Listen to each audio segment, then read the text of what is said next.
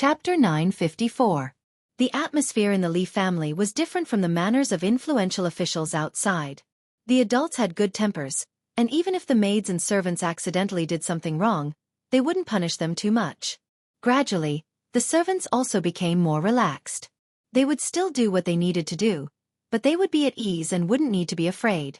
There would be great rewards during festivals, and they would even be allowed 2 days off every month. Such a situation was impossible to exist anywhere else in the capital. However, today, everyone was on full alert, not daring to slack off in the slightest. This was the second madam's first day back. If anything were to happen, the adults wouldn't beat or scold them, but they would definitely deduct all their rewards for this month. The maids were busy, occasionally glancing at a certain hall. They had thought that the madam and the second young mistress were already top-notch beauties in the world, but they hadn't expected that the second madam wouldn't pale in comparison. Even Miss Wan, who had come together with the second madam, who might be the third madam, wasn't an ordinary beauty. "Sister, please have some tea." In the hall, drunken Mo held a cup of tea and handed it over to Rui with a smile. Rui put the tea at the side, got up, and took her hand, smiling. "Sister, don't stand on ceremony. Come and sit." Although there was still a ceremony missing, it was just that. The Li family was easy to enter but hard to leave. Once she entered the Li family, she could forget about leaving. What had happened yesterday was actually very simple. Prince Xiaofan had sent people to burn down the Zhang residence, and Willow Alley had been occupied by Feng's relatives. It wasn't a good idea to bring 2 unmarried ladies to an inn in the middle of the night, and it would inevitably attract criticism. Bringing them back home to settle down was the best solution. The old mistress who had heard the news had rushed over in a hurry. She had been busy until the middle of the night and then rested here directly. She had also decided on the date of the wedding at the end of the next month. She had gotten someone to calculate the date in advance, and they had already missed a few auspicious dates. The next suitable date would be next month. Drunken Mo hadn't actually thought of this, but since the old mistress had spoken, she couldn't refute. Thus, she had agreed in a daze, which led to the scene in the morning. What surprised Li Yi was that Ruoqing hadn't rejected moving in with drunken Mo last night. If she hadn't agreed first, drunken Mo probably wouldn't have agreed either. Prince Xian had set the fire. He couldn't even bear to settle the score with him. Feng stood in the courtyard, looking at the 3 women who were whispering in the room. Then he looked at Li Yi and asked in a low voice, "Young master, tell me, did you get someone to set the fire yesterday?" Li Yi frowned at him and asked, "Do I look like that kind of person?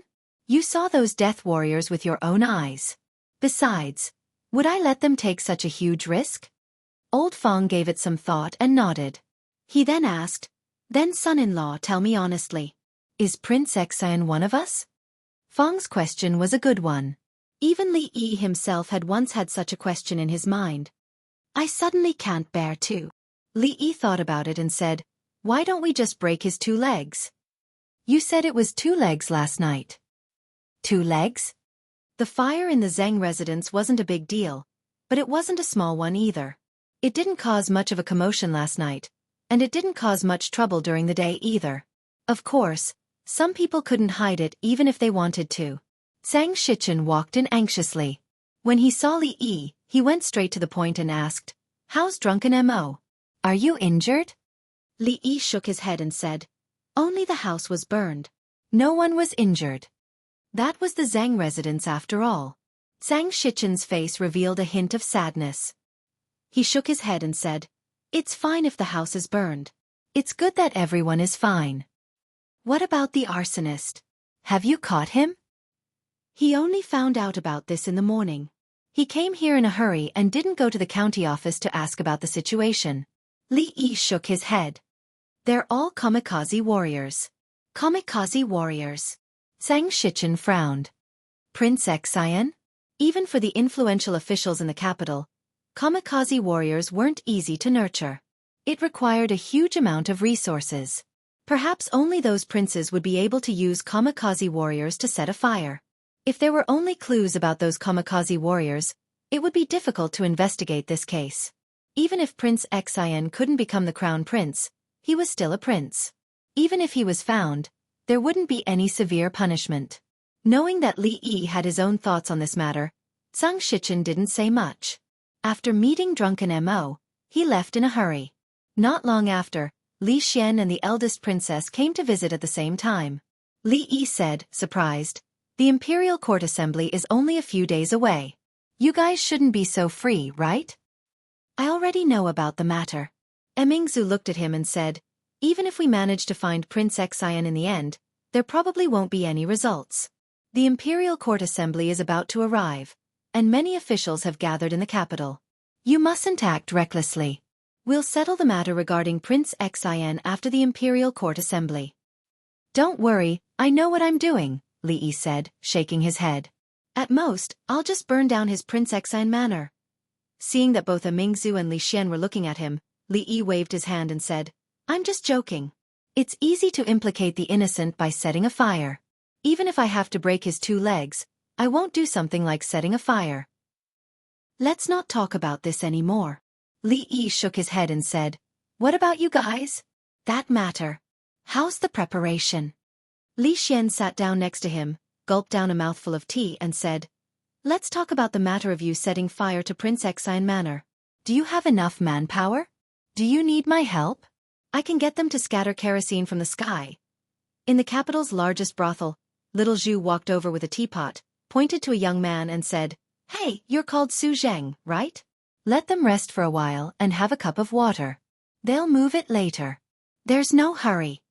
The young man called Su Zheng wiped off the sweat on his forehead, smiled, and asked, "Miss Little Zhu, where are you guys moving to? Is it the Zhang Manor? I might as well get them to send it over directly." It would have been better if Little Zhu had not mentioned the Zhang Manor. At the mention of the Zhang Manor, a furious expression appeared on Little Zhu's face. She waved her hand and said, "It's not the Zhang Manor. I won't be going there in the future." Su Zheng asked curiously, "What happened?" "You don't know. Last night, when we were about to sleep, some bad guys secretly released fire arrows. The entire Zhang Manor's house was burned down. Young Miss and I were both frightened." She patted her chest, looking like she still had lingering fears. "I really can't imagine. If we had all fallen asleep last night, would those bad guys have wanted to burn us to death?" Naturally, she did not know how strong the guards in and out of the Zhang Manor were. Even in the middle of the night, there would still be people on duty. Something like that would not have happened. The Zhang Manor was set on fire? Su Zheng was stunned. He lowered his head and asked, "Miss Little Zhu, do you know who set the fire?" "I don't know." Little Zhu shook her head. Then, as if she had thought of something, she said, "I think it was some Prince Xian who sent death warriors. Those people are too scary. They're not even afraid of death." "I heard that too. Sai, since you guys have rested enough, quickly move. Just move it to the horse carriage outside. Don't leave anything behind." "All right." The young man agreed readily. A smile returned to his face, and he waved his hand at the people behind him. "Move quickly. Don't delay the young lady's matters. Prince Xian Manor." "What? Only the house was burned?" Prince Xian heard this news from a servant. He waved his hand and scolded, "A bunch of useless people. They can't even handle such a small matter. What's the point of living?" "Your Highness, the guards in the Zhang Manor are too powerful. Not a single one of our death warriors has returned." "I'm afraid." Prince Xian waved his hand. "Forget it. Let him be smug for a few more days." In Prince Xian Manor, a person who looked like a steward pointed to a few servants who were moving things and asked, "What are you guys moving?" One of the servants smiled and said, "Steward Zhao, this is the strong alcohol that we bought outside today." All right, I got it." Steward Zhao waved his hand and instructed, "Go and get busy. Remember to be careful." Chapter 955. From his expression, tone and demeanor, it could be seen that Li Xian was very vexed. In order to fight for the throne, other princes disregarded their brotherhood. They fought openly and secretly, and used all kinds of deadly methods. In order not to be the emperor, he couldn't eat or sleep well. He was so haggard that he was constantly thinking about giving up the throne. If the king of Shu, king of Xian, king of Qi, or any other king knew his thoughts, they would probably strangle him to death. Li Xian, who was in a dispirited state, suddenly raised his head and asked, "Do you have wine?" Since the last incident, Li Yi had stopped drinking.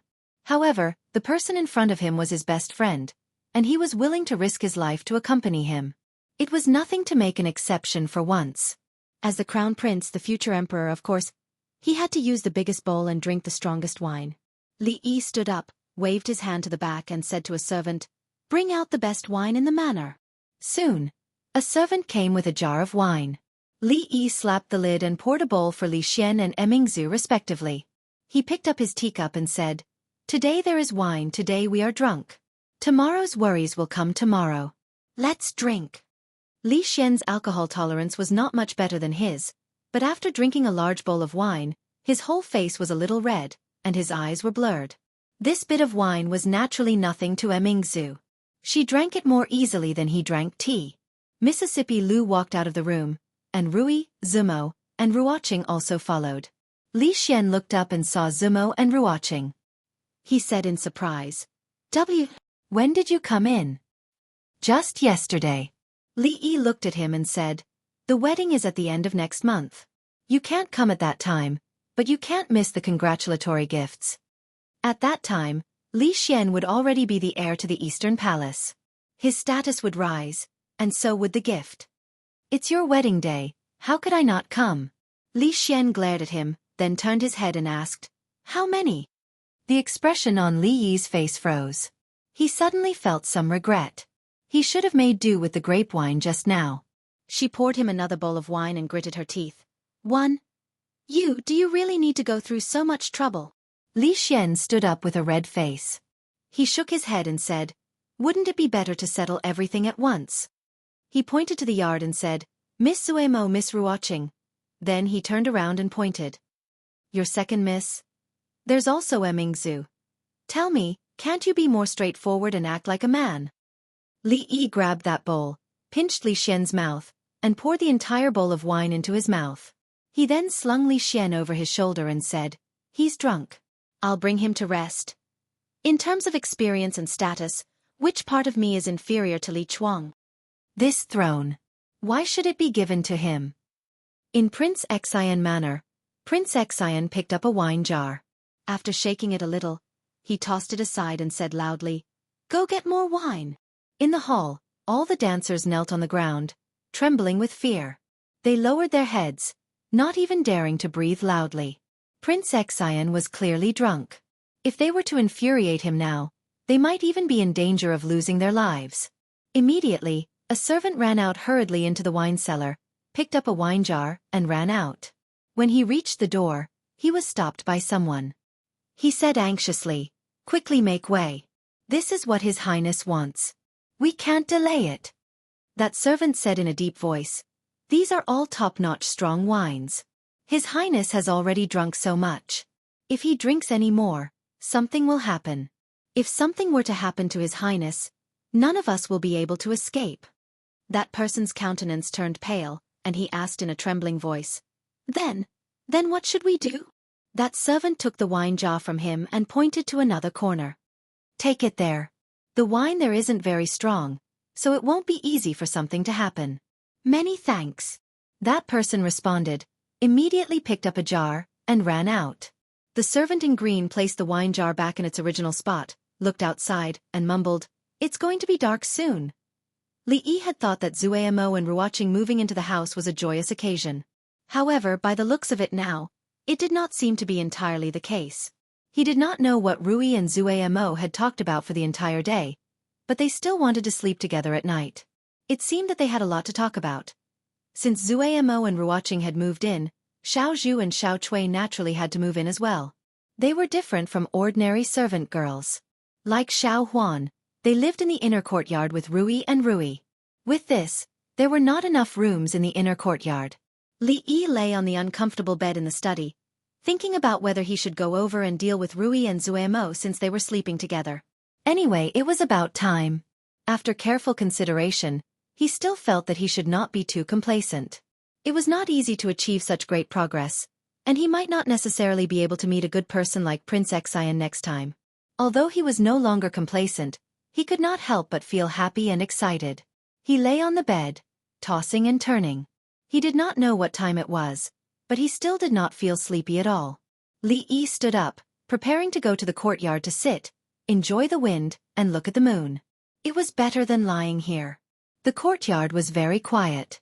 He walked to the side of the rocking chair and lay down comfortably, placing his hands behind his head. Li Xian was a guy who did not have any tolerance for alcohol. When he was drunk, he would dare to say anything and would never keep his word. Previously, when he was drunk, he had said that he would give the crown prince's consort to him. Until now, he had yet to fulfill his promise. It was the same situation today.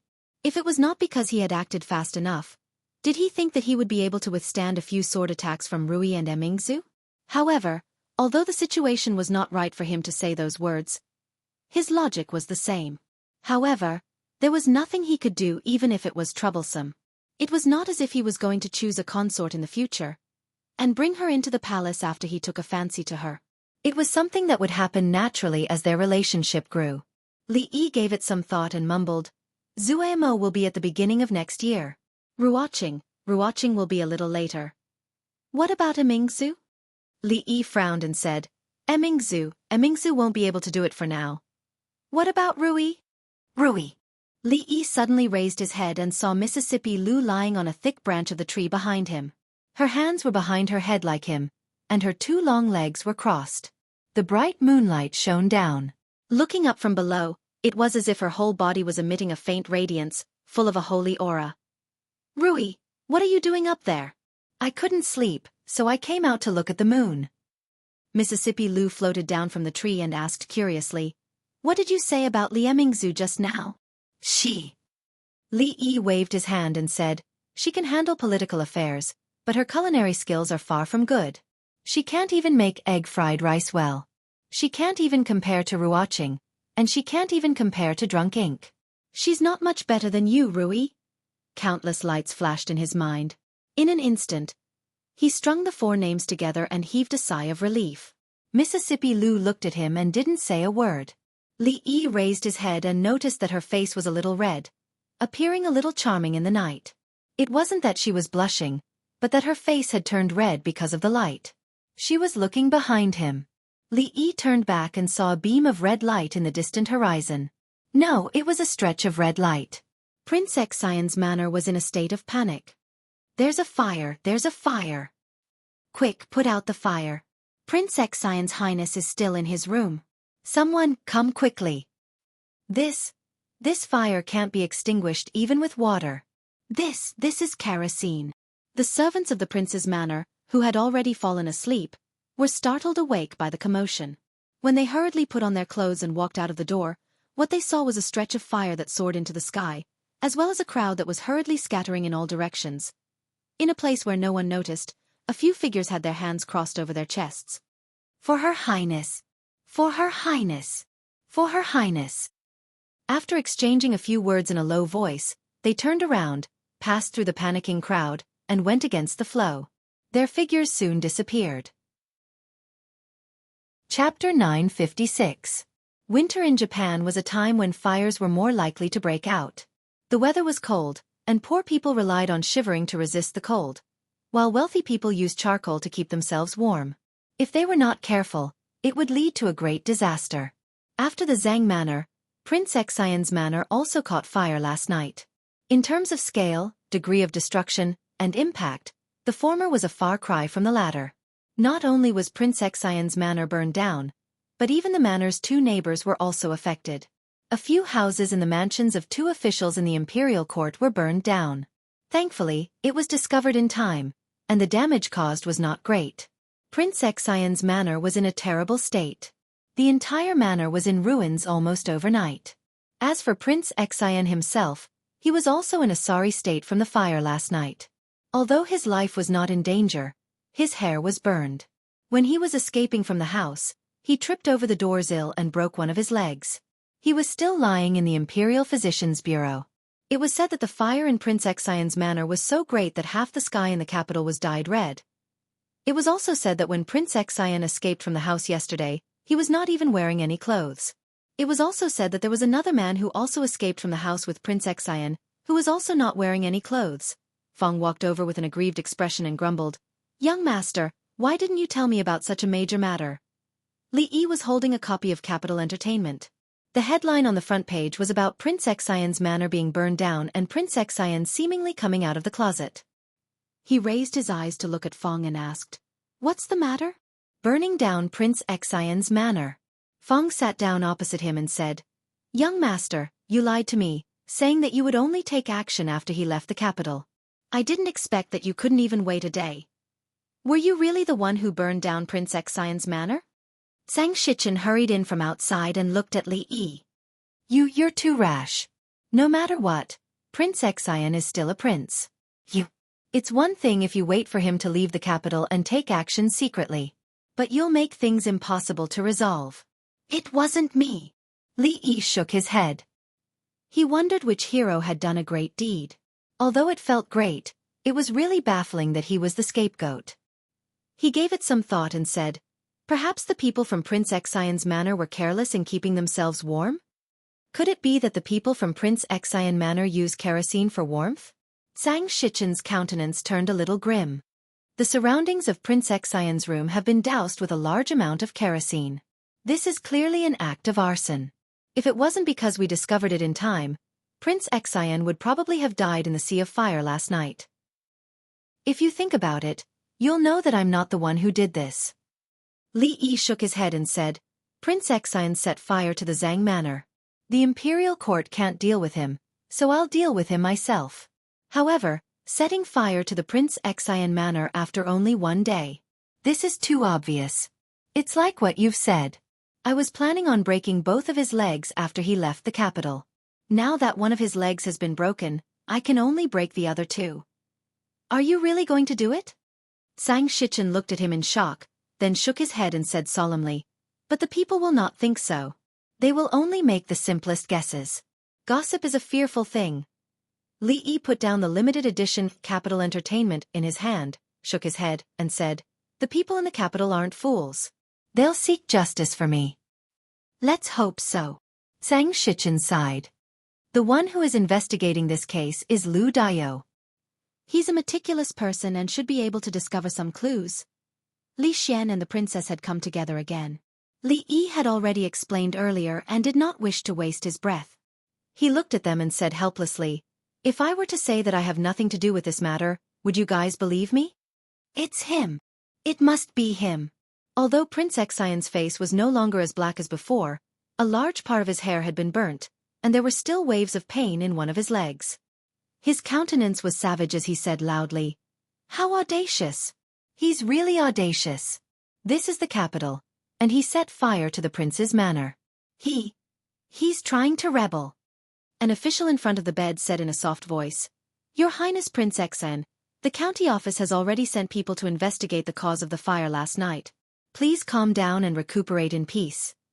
What's there to investigate? What's there to investigate? Prince Xian's countenance was infuriated, and he wanted to get up from the bed. However, he accidentally affected his injuries and lay back down. He said loudly, "What's there to investigate? He's taking revenge. He's taking revenge on I for burning down the Zhang manor. Therefore, he came to burn down I's manor." So the arson at the Zhang manor last night was instigated by His Highness Prince Xian.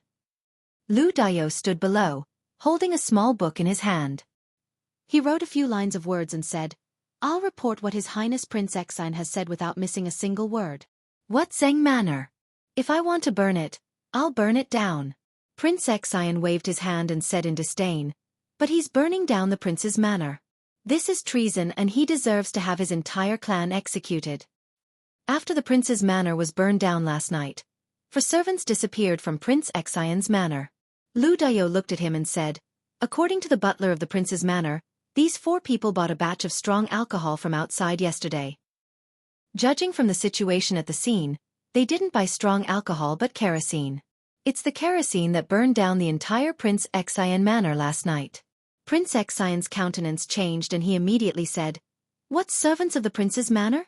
He must have gotten someone to impersonate them. He wants to get I killed." According to the butler and the other servants of the prince's manor, the 4 of them were brought here by your highness from your feudal land. Before this, they had already been with your highness for 2 years and have never been to the capital. Therefore, it's impossible for them to be impersonators. Prince Xian was stunned for a moment and then said furiously, "Nonsense! How could the servants of my prince's manor possibly commit arson? We'll have to ask His Highness Prince Xian about this." Lu Dao looked at him and asked, "Your Highness Prince Xian, why don't you think about it carefully? Before you came to the capital, did you offend anyone?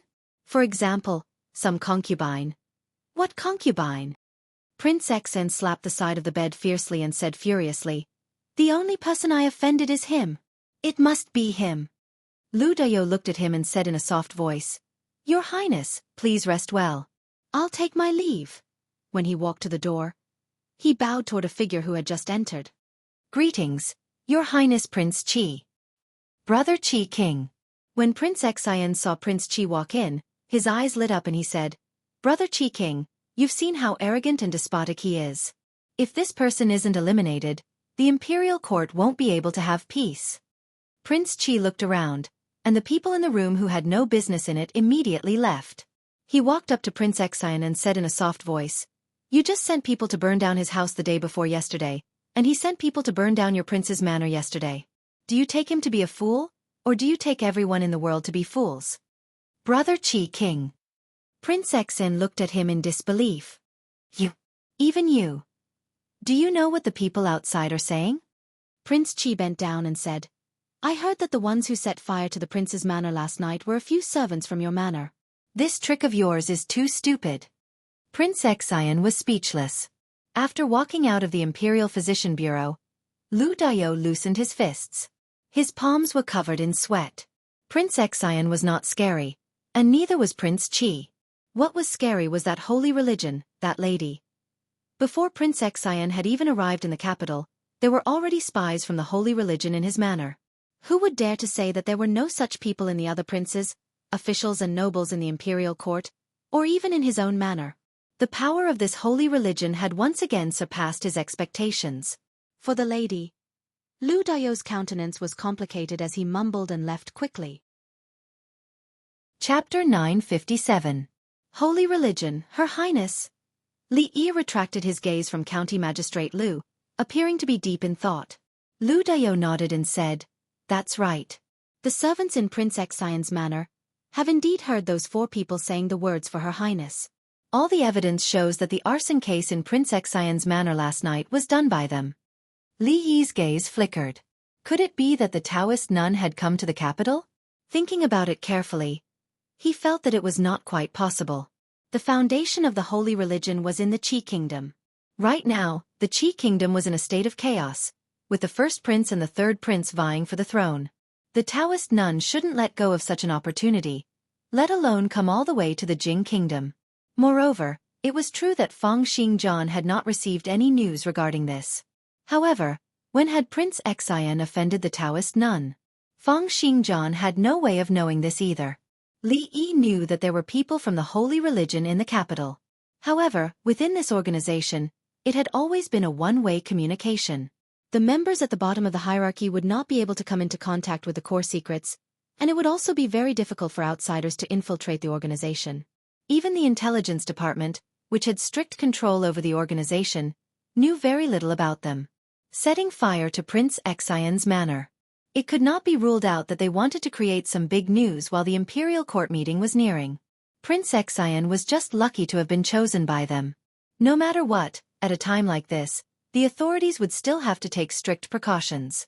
Li Yi looked at Fang Xingjian, gave it some thought, and said, "Although these people are very well hidden, there will always be some clues. You should pay attention to the cases of people going missing in the suburbs of the capital or the abnormal movements of some villages. You should be able to discover something." From Li Yi, Lu Dao obtained a lot of information about the holy religion. When he walked out of the Li mansion, he felt as if he had forgotten something, but he couldn't tell what exactly he had overlooked. Although the death of the son of the former assistant minister of the Ministry of Works and the burning of Prince Xian's manor were very far apart, they should have been done by the same group of people. What was their motive? What was the connection between these 2 cases? Lu Dao rubbed his slightly swollen head. Prince Xian's manor had only been burned down, and no one had died. He had to put this matter aside for now. Quite a lot had happened in the capital this year, and he had to immediately start preparing to report his work at the imperial court meeting. Li Yi didn't think much about the holy religion. Their influence in the Jing kingdom was limited, and the capital was under heavy pressure.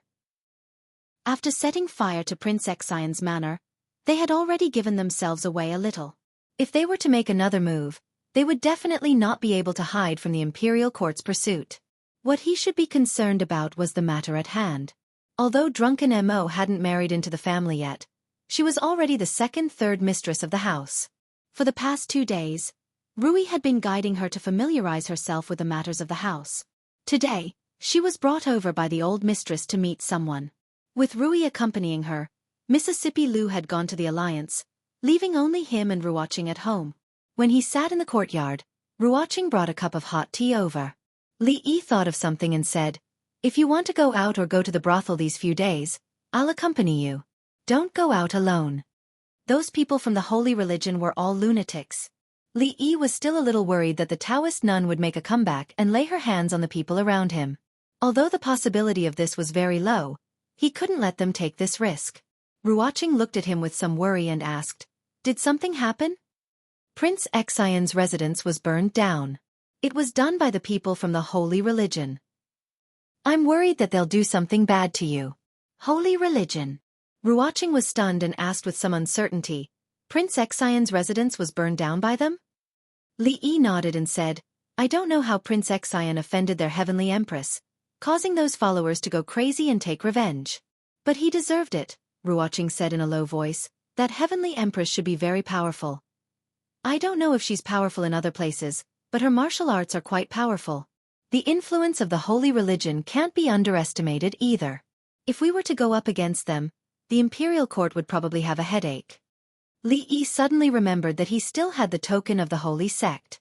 It was a token that said that he was under one person and above tens of thousands of people. If something happened to the Taoist nun one day, after thinking about it carefully, he felt that it was best not to have any contact with those people. Although it was true that the influence was very powerful, all of them had been brainwashed and were like terrorists. Just the thought of being surrounded by such people made him feel uncomfortable.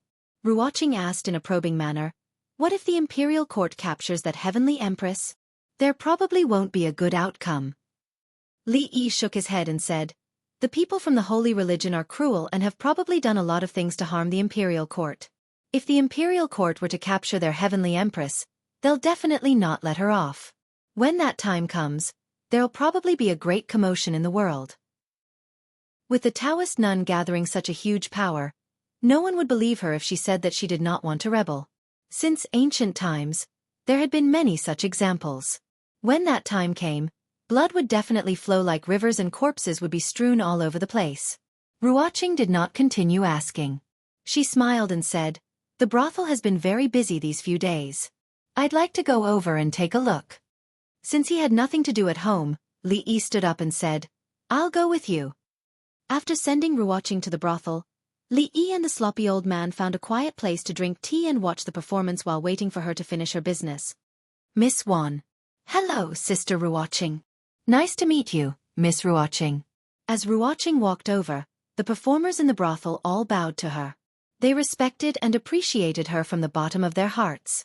She was the one who had changed the industry and allowed them, who had traveled from state to state and slept on the streets, to live the good life they had now. After walking into a room, she ordered, "Xiaoqi, go find Su Zheng and ask him to come over." "All right, I'll go right now." A young girl nodded and walked out of the door. Su Zheng was also very famous in the brothel. In the beginning, he had only been a beggar, doing some cleaning every day in exchange for porridge. However, because he was serious and diligent in his work, not fearing hardship or fatigue, he was later promoted to work in the brothel as an exception. Many people here knew of him. Not long later, a young man walked in from outside and gently closed the door. He turned around and suddenly knelt on the ground, saying respectfully, "Your subordinate pays his respects to the goddess." Ruoqing rubbed the area between her brows and said helplessly, "I've already said many times that I'm not your goddess. You've got the wrong person." Su Zheng did not say anything else, but the respect on his face became even more intense. Ruoqing did not argue with him. She stood up, looked at him and asked, Are you people from that holy religion?" "It's the goddess's holy religion." She clenched her fist slightly and asked again, "Prince Xin Manor, was it you people who burned it?" Su Zhang said solemnly. He wanted to harm the goddess, so he must be punished. Her knuckles were slightly white, and her voice trembled slightly. Then, the son of the assistant minister of works, those people, are also. All of them deserve to die for attempting to harm the goddess. Ruoqing sat back down on the chair somewhat weakly. Her face was pale as she mumbled. I'm not your goddess. Why are you? The young man buried his head even deeper and said, Your Highness, the authorities have already noticed our existence. The capital is no longer safe.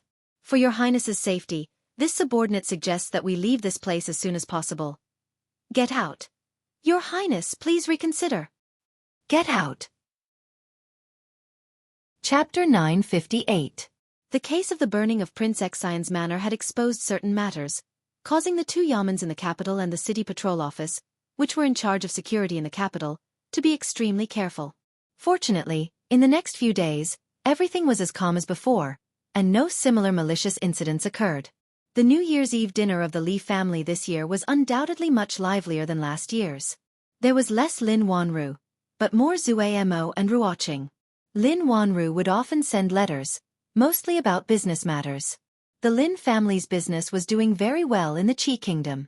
Not only did it involve the jewelry industry, but it was also flourishing everywhere. Of course, the Lin family's business was the Li family's business. The two families were mutually beneficial, and it was a symbiotic relationship. When the two girls had just moved in, they were still a little unfamiliar with this place, but a few days were enough for them to familiarize themselves with everything. Even Xiao Cui and Xiao Zhu had gotten along well with the servant girls of the Li family. Xiao Huan also had two more playmates. Usually, the servant girls of the Li family treated her as half a mistress, and they didn't dare to speak or do things too presumptuously. Gradually, she didn't play with them anymore. Friendship between women always came especially easily. Xiao Cui had a strange personality, and it was very easy for people to accept her. In just half a day, the wariness and resistance between the three of them disappeared without a trace. The first day of Jing He's 5th year was the long-awaited court conference. Li Yi woke up very early. This was one of the rare times that he didn't resist going to court because many major events were going to happen today. Some of them would be earth-shaking to the officials, to the people, and to the Jing kingdom. The sky was still dark. Other than some servants who needed to wake up early, most of the people in the manor hadn't woken up yet. Rui helped him iron his court clothes. Ruoqing came in with a bowl of porridge and said softly, Have a bowl of porridge before you go. The court conference will go on for several hours. By the time you get back, it will probably be afternoon. You'll be hungry. Rui walked over and said helplessly, Miss Ruoqing is a guest. I'm sorry to trouble you to cook personally. Ruoqing smiled and didn't care at all.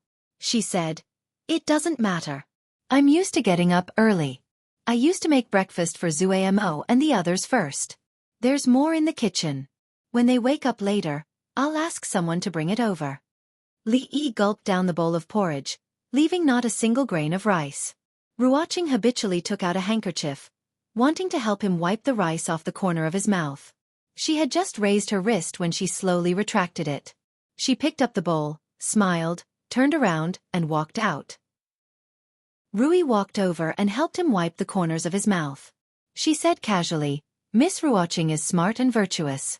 She is also a very good woman. In some ways, Ruoqing is very similar to my wife. The most similar thing is that she is virtuous.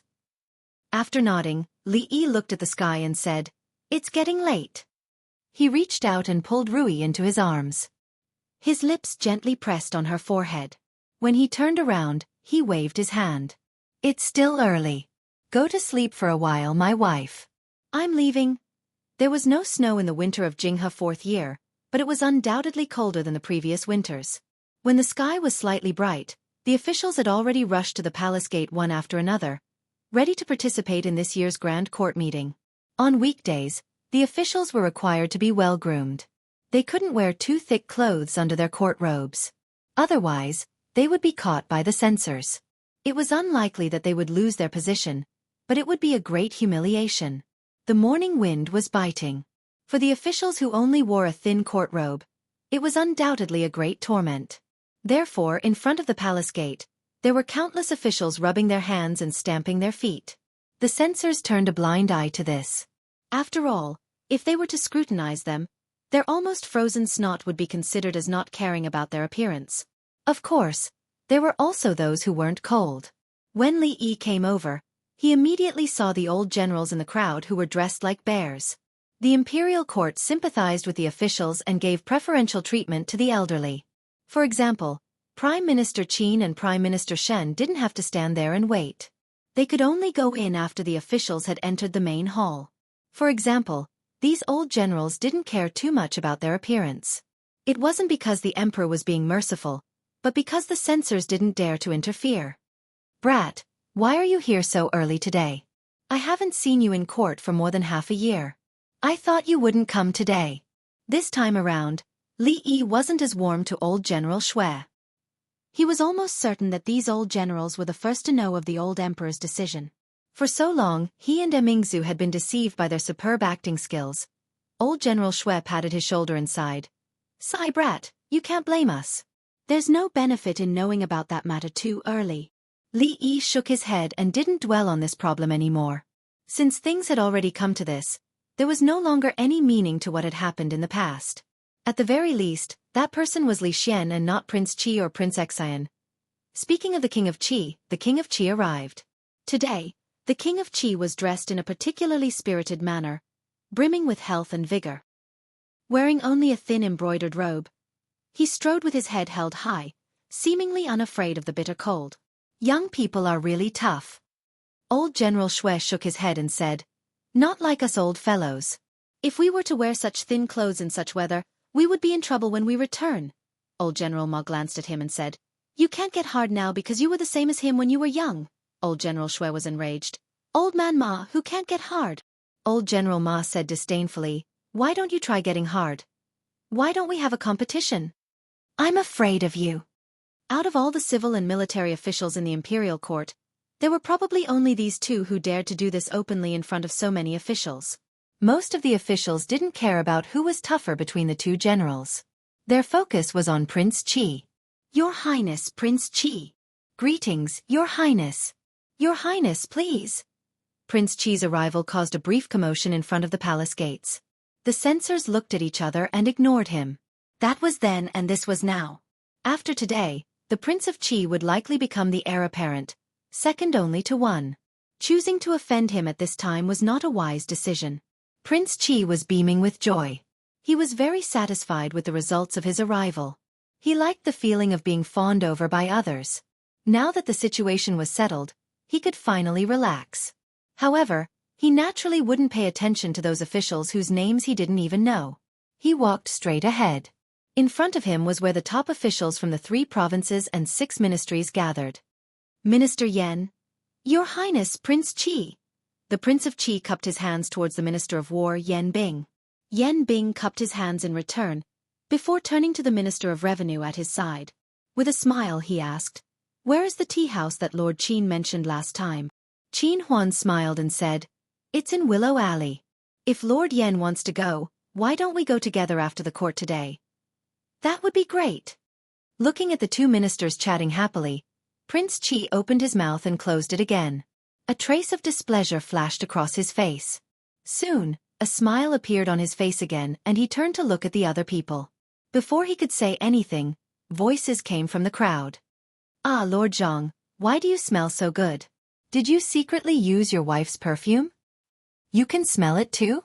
Lord Wei looks especially spirited today." "Is that so? Is that thing really effective? What is it?" Lord Qi might not know, but Rui Workshop released a new product a few days ago, Rui Do. It's specially designed for men. It can refresh the mind, adjust emotions, relieve stress, reflect one's taste in life, and enhance one's charm. "Is that so? There's such a good thing? I want to try it too." Prince Qi found that he had been ignored again. The officials who had been waiting quietly had suddenly started chatting. He had no way of interrupting them. With a gloomy face, he walked to his seat. "Brother Qi." "Greetings, Brother Qi." "Greetings, Brother Qi." Prince Qi was the eldest among the princes, so they all bowed to him. Li Yi glanced at the Prince of Qi, who was surrounded like a moon surrounded by stars. Flabbergasted, he asked, "What are they doing?" Old General Shui said indifferently. They probably think that Prince Qi already has one foot in the East Palace. Where did you hear this from? Li Yi shook his head and said. How strange. How did Prince Qi already have one foot in the East Palace? Rumors are harmful. Old General Ma looked at Li Yi and suddenly turned to Old General Shui and said, Old Shui, I think this kid has some of your demeanor when you were young. Old General Shui was furious. Ma, how dare you scold me? Chapter 959. Li Yi felt that he had to improve his judgment of people in the future. He should not make friends with people who were not decent, especially those who were old and frivolous. To discuss who was tougher in front of so many officials, it was clear that he had no sense of shame at all. He was so frivolous that he had no bottom line. It was important not to get too close to such people. Looking at Old General Shui's humiliated expression, Li Yi sighed and said, I feel that cooperating with the Wang clan in the military provisions business seems to be more suitable. The Wang clan is a big family with a lot of money and foolish people. How about this? I'll give you the dividends that the two generals deserve this month. Even if the business doesn't work out, we'll still be able to keep in touch in the future. Haha, I'm just joking. The military provisions business was a source of income for the clan. Old General Shui's countenance changed, and he put his arm around Feng Xingzhan's shoulder, saying with a smile, among the younger generation in the capital. No, there's also the older generation. Among them, I admire you the most. We can discuss this? Old Fogey Shui, you were scolding me in a roundabout way just now, and now you're sticking to me. Don't you know shame? Old General Ma threw a disdainful glance at Old General Shui, walked over, patted Li Yi's shoulder, and said, Li lad, you shouldn't cooperate with an ungrateful person like Old Fogey Shui for this kind of business. Kick the Shui clan out, and our Ma clan is willing to pay another 10,000 taels. Old Fogey Ma, your clan is connected to this business because of me. Now, you want to get rid of me after I've outlived my usefulness? I'm going to kill you, you shameless old fogey. Li lad, don't stop me. Today, I'm going to let Old Fogey Ma know how many eyes Prince Ma has. Don't worry, I won't stop you. Please go ahead. Li Yi quietly returned to his seat, watching the two of them fight. He unintentionally turned his head and took a glance, noticing that there was a gaze on him. When Prince Xiaofan had escaped from the fire, he had broken his leg. However, it had been reattached by the imperial physicians. Other than some slight difficulty in walking, it was not a big problem. His hair was burned, but when he tied it up and put on the crown, it didn't look much different. At this moment, he was standing among the princes, looking straight at her, not hiding the hatred in his eyes. Li Yi was a little puzzled. Wasn't the one who had set fire to Prince Xian's manor? Wasn't it that fanatical believer of the holy religion? Why did Prince Xian hate him so much? Had he ever offended him? I don't think so. He was clearly not the one who burned his house, yet he was still glaring at him like this. Li Yi glared back with a sharp gaze, and Prince Xian shivered. He could not help but take a few steps back and fall onto the ground. What happened to Brother Xian? Someone hurriedly went over to support him. At this moment, the palace gates suddenly opened slowly. The officials immediately shut their mouths and returned to their original positions. The opening of the palace doors signified the official start of the Grand Court Conference. A middle-aged eunuch walked out from inside and shouted loudly with a sharp and thin voice, "All officials request an audience." Li Yi's position was extremely close to the front among the officials. He walked through the palace gate and passed through a long passageway. Other than the sound of his footsteps, there were no other noises. When he walked into the hall and turned his head to look, the crowd was still so dense that he could not see the end of it. The Grand Court Conference was the one with the highest number of officials participating. Other than the officials and nobles in the capital, the local officials from various places would also be present. This was the only chance for most of them to be present in a year. Rewards, punishments, promotions, demotions, and demotions would all be in this conference. As usual, the old emperor arrived late. Li Yi noticed that the emperor's originally straight back was now completely bent. Rather than saying that he was sitting on the throne, it would be better to say that he was leaning against it. With his current physical condition, it was no longer suitable for him to participate in such an extremely tiring event. However, for an emperor, if he could not even participate in the annual Grand Court Conference, then there would be no meaning for him to be an emperor. Every year, the The process of the Grand Court Conference was the same. This year, Emperor Jing did not speak much. Naturally, there were eunuchs who followed the procedure step by step. Other than a few ceremonial contents at the beginning, the one that lasted the longest and had the most people participating was the reports of the local officials and the various departments of the court. The local officials needed to report on the tax revenue, population, economy, education, and other conditions under their jurisdiction. This was related to their promotions and examinations in the coming year. This year, the 6 ministries had vigorously implemented reforms. Naturally, they had to report on the results of this year's reforms. Li Yi patiently listened for nearly 4 hours. The changes that the Jing kingdom had achieved over the past few years could be described as earth-shattering. Regardless of whether it was politics, economy, or military, they had all made significant progress. Of course, almost all of these matters had been decided upon after detailed discussions between him and Mingzu. Achieving such results was within his expectations. He casually glanced ahead and saw Li Xian in the crowd. Compared with the high-spirited Prince of Qi, Li Xian seemed a little listless. At some point, he raised his head and looked at Li Yi. His eyes were slightly empty. Li Yi looked away and no longer looked at him. For Li Xian, this was indeed a cruel thing. However, his identity and status had doomed him to bear this burden. In the world of adults there was no such thing as easy. Either you change the world or you change yourself. After many officials finished their reports, as usual, they had to announce some major events. This was also what everyone was most looking forward to. All signs indicated that the position of the Eastern Palace would be settled in this Grand Court Conference. After the last official retreated, the eunuch looked back. After receiving a signal, he slowly turned his head and said loudly, "Bring the sinners of the Cui family here." In the main hall, the hundreds of officials stepped aside to make a path. They watched as the palace guards escorted a few people up and made them kneel in the hall. They were incomparably familiar with these people because just a few months ago, these people were just like them, sitting in the same court. Perhaps they had even argued about certain matters, but now, these important figures of the Cui family, who were once extremely powerful, were kneeling in front of them just like that. The eunuch cleared his throat and read, "The Cui family plotted to murder the prince. Their evil intentions are punishable. They brought disaster to the court and caused chaos among the people. Their crimes are too numerous to be listed. If we don't kill such evil people, we won't be able to appease the anger of the people. If we don't kill them, we won't be able to comfort the people." Cui Qingze, Cui Qingming, Cui Qingduo, and 13 others have committed the most heinous crimes.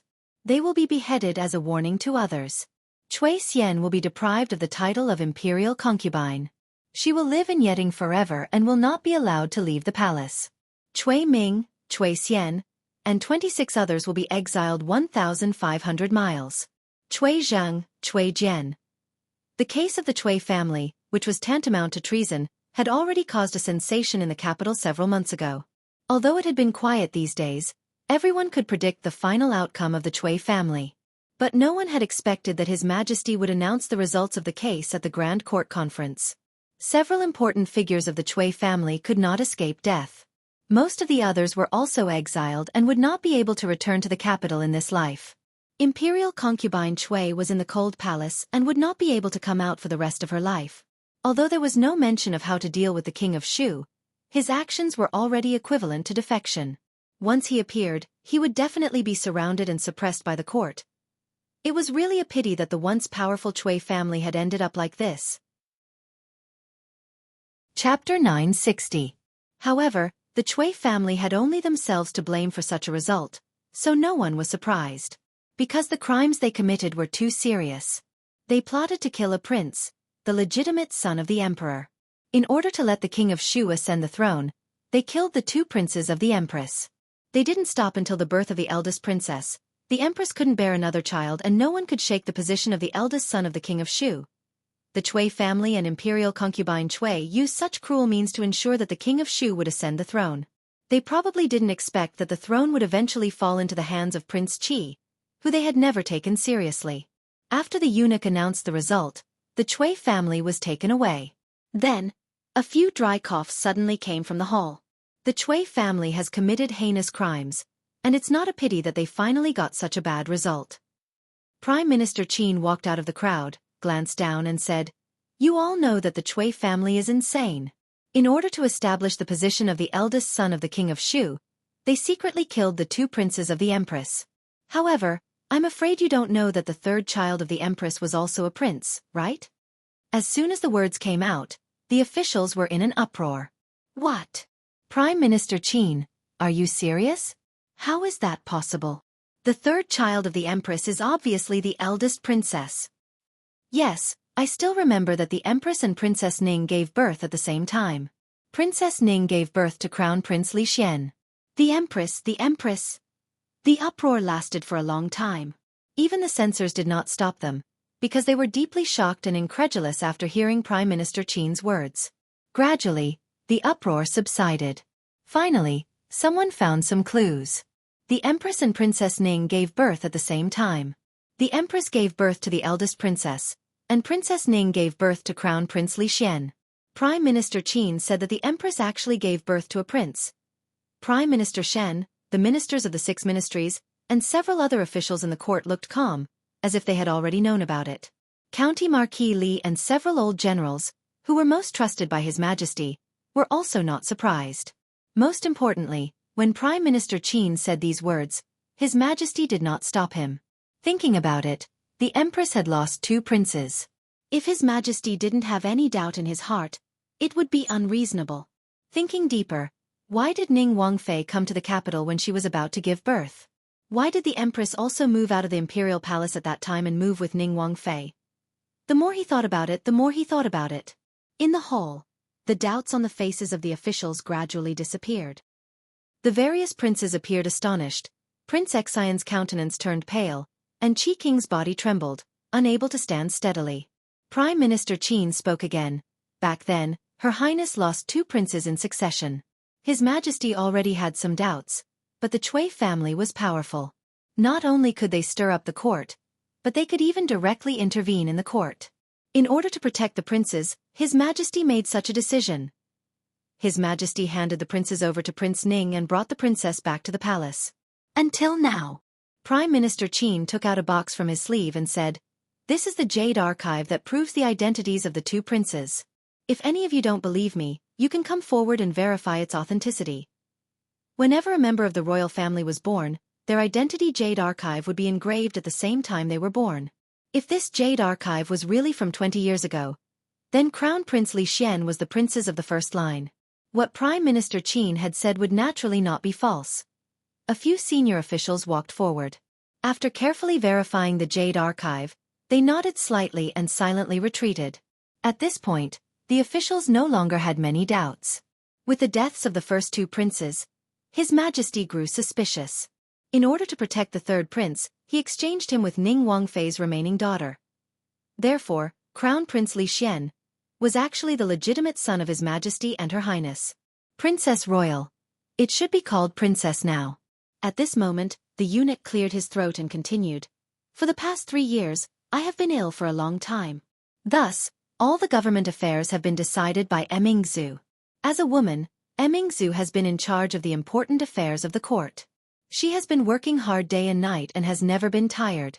Therefore, I hereby grant her the title of Princess Yongla." It was not uncommon for a princess to be granted the title of princess. In the past few decades, there had been a few princesses who had been granted the title of princess due to their favoritism. Putting aside the degree of Princess Mingzhu's favoritism, she had contributed greatly to the court, the people, and the Jing kingdom. A mere title of princess was nothing at all. After reading an imperial edict, the eunuch picked up another one. With a solemn face he said loudly, "Since ancient times, the emperors have inherited the heavens and ruled the world. They must establish the crown prince and prolong the country. My legitimate son, Li Xian, is a heroic and extraordinary person. Following the will of the heavens, I hereby abide by the first imperial edict and submit to the public opinion.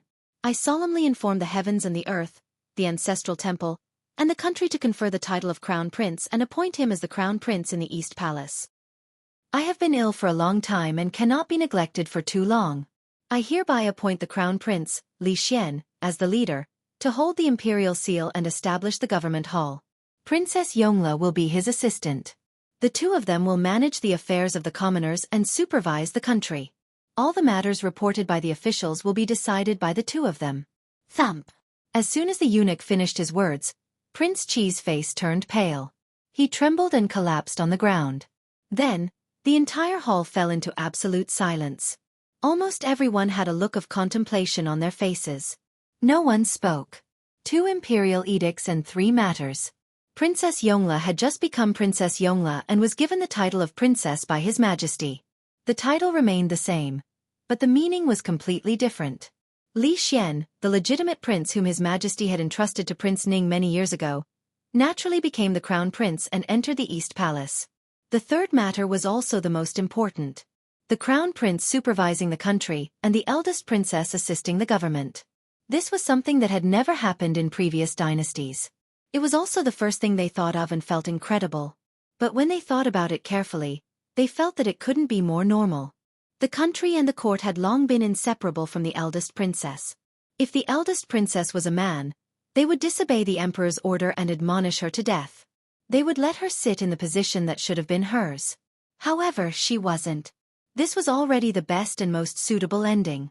Crown Prince Li Xian was the legitimate prince and also the most powerful one among all the princes of His Majesty.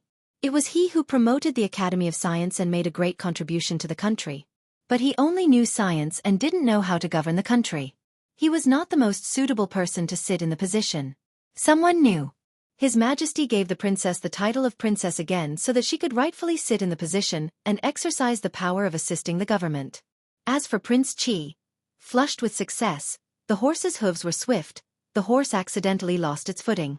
It turned out that from the beginning to the end, Prince Qi had never touched that position. He didn't do it before and he wouldn't do it in the future. As for why they thought that Prince Qi was already on the throne, Li Yi felt that many people were looking at him with unkind eyes.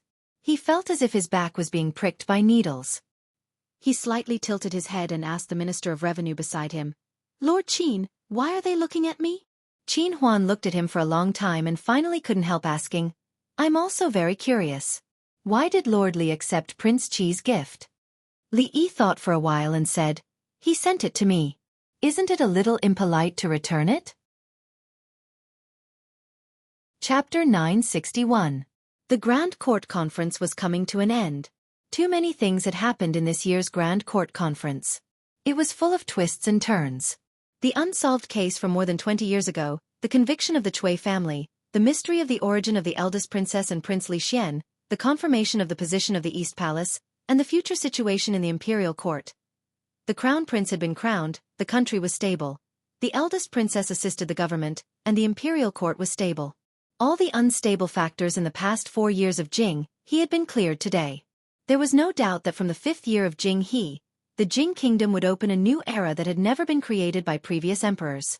The last item of each year's Grand Court Conference was the reward for the meritorious officials in the past year. The Jing kingdom was now in full swing of the reform, and many of the measures had achieved initial results. The eldest princess was good at using people, and she specialized in special tasks. In the past year, outstanding talents emerged in all fields, so that the last item of the Grand Court Conference lasted half an hour longer than that of the previous years. Many people received generous rewards. The imperial court no longer promoted nobility, but many people were promoted to official positions. Among them, the reward for County Marquis Li was only a few words, and it was not generous. But people were not surprised about it. In the past year, County Marquis Li did not do anything earth-shattering as usual. That was because his actions had already seeped into all aspects. Up until now, in the imperial court, everyone knew that the Jing kingdom's current progress was mostly due to the eldest princess, and he was the person who stood behind the princess. Almost every decree and action of the princess had his shadow behind it. He had made great contributions, but he did not need to be rewarded. In terms of title, he was already a marquis at a young age. One more step was the limit that a foreign official could reach. In terms of official position, he was already a minister of the imperial court, a third-rank official. Although it was a nominal title, he had real power. In terms of relationship, he was the most favored official of the emperor. As long as the emperor was still alive, no one could touch him. The current crown prince, the future emperor, was his best friend. The officials could not imagine how close they were. The current princess, whose status was only below that of the crown prince, had always had an unclear relationship with him. Who was in front of whom? Who was behind whom? Who was at the top and who was at the bottom? These kinds of questions in fact could not be said clearly. He no longer needed to raise his status through promotions. Such a person had long since become a mountain that all officials and nobles could not surpass. Li Yi did not care about these rewards at all. In fact, he did not even remember what the eunuch had just read. Old foxes, they were all old foxes. He had thought that Li Xian would become the crown prince and then inherit the throne. Who would have thought that something like this would happen? Princess Emingzu had become Princess Emingzu again. Furthermore, she was assisted by Princess Emingzu. What was the difference between this and the past? With Li Xian's temperament, how could he sit still in that position? Even if he were to become the emperor, he would have enough authority to open the door for the Science Academy. He would definitely throw all the political affairs of the court to Emingzu. Anyway, wasn't there an imperial edict? Who was in charge and who was in charge? There was no clear boundary between them. The imperial court meeting was about to end, and only the final ceremony was left.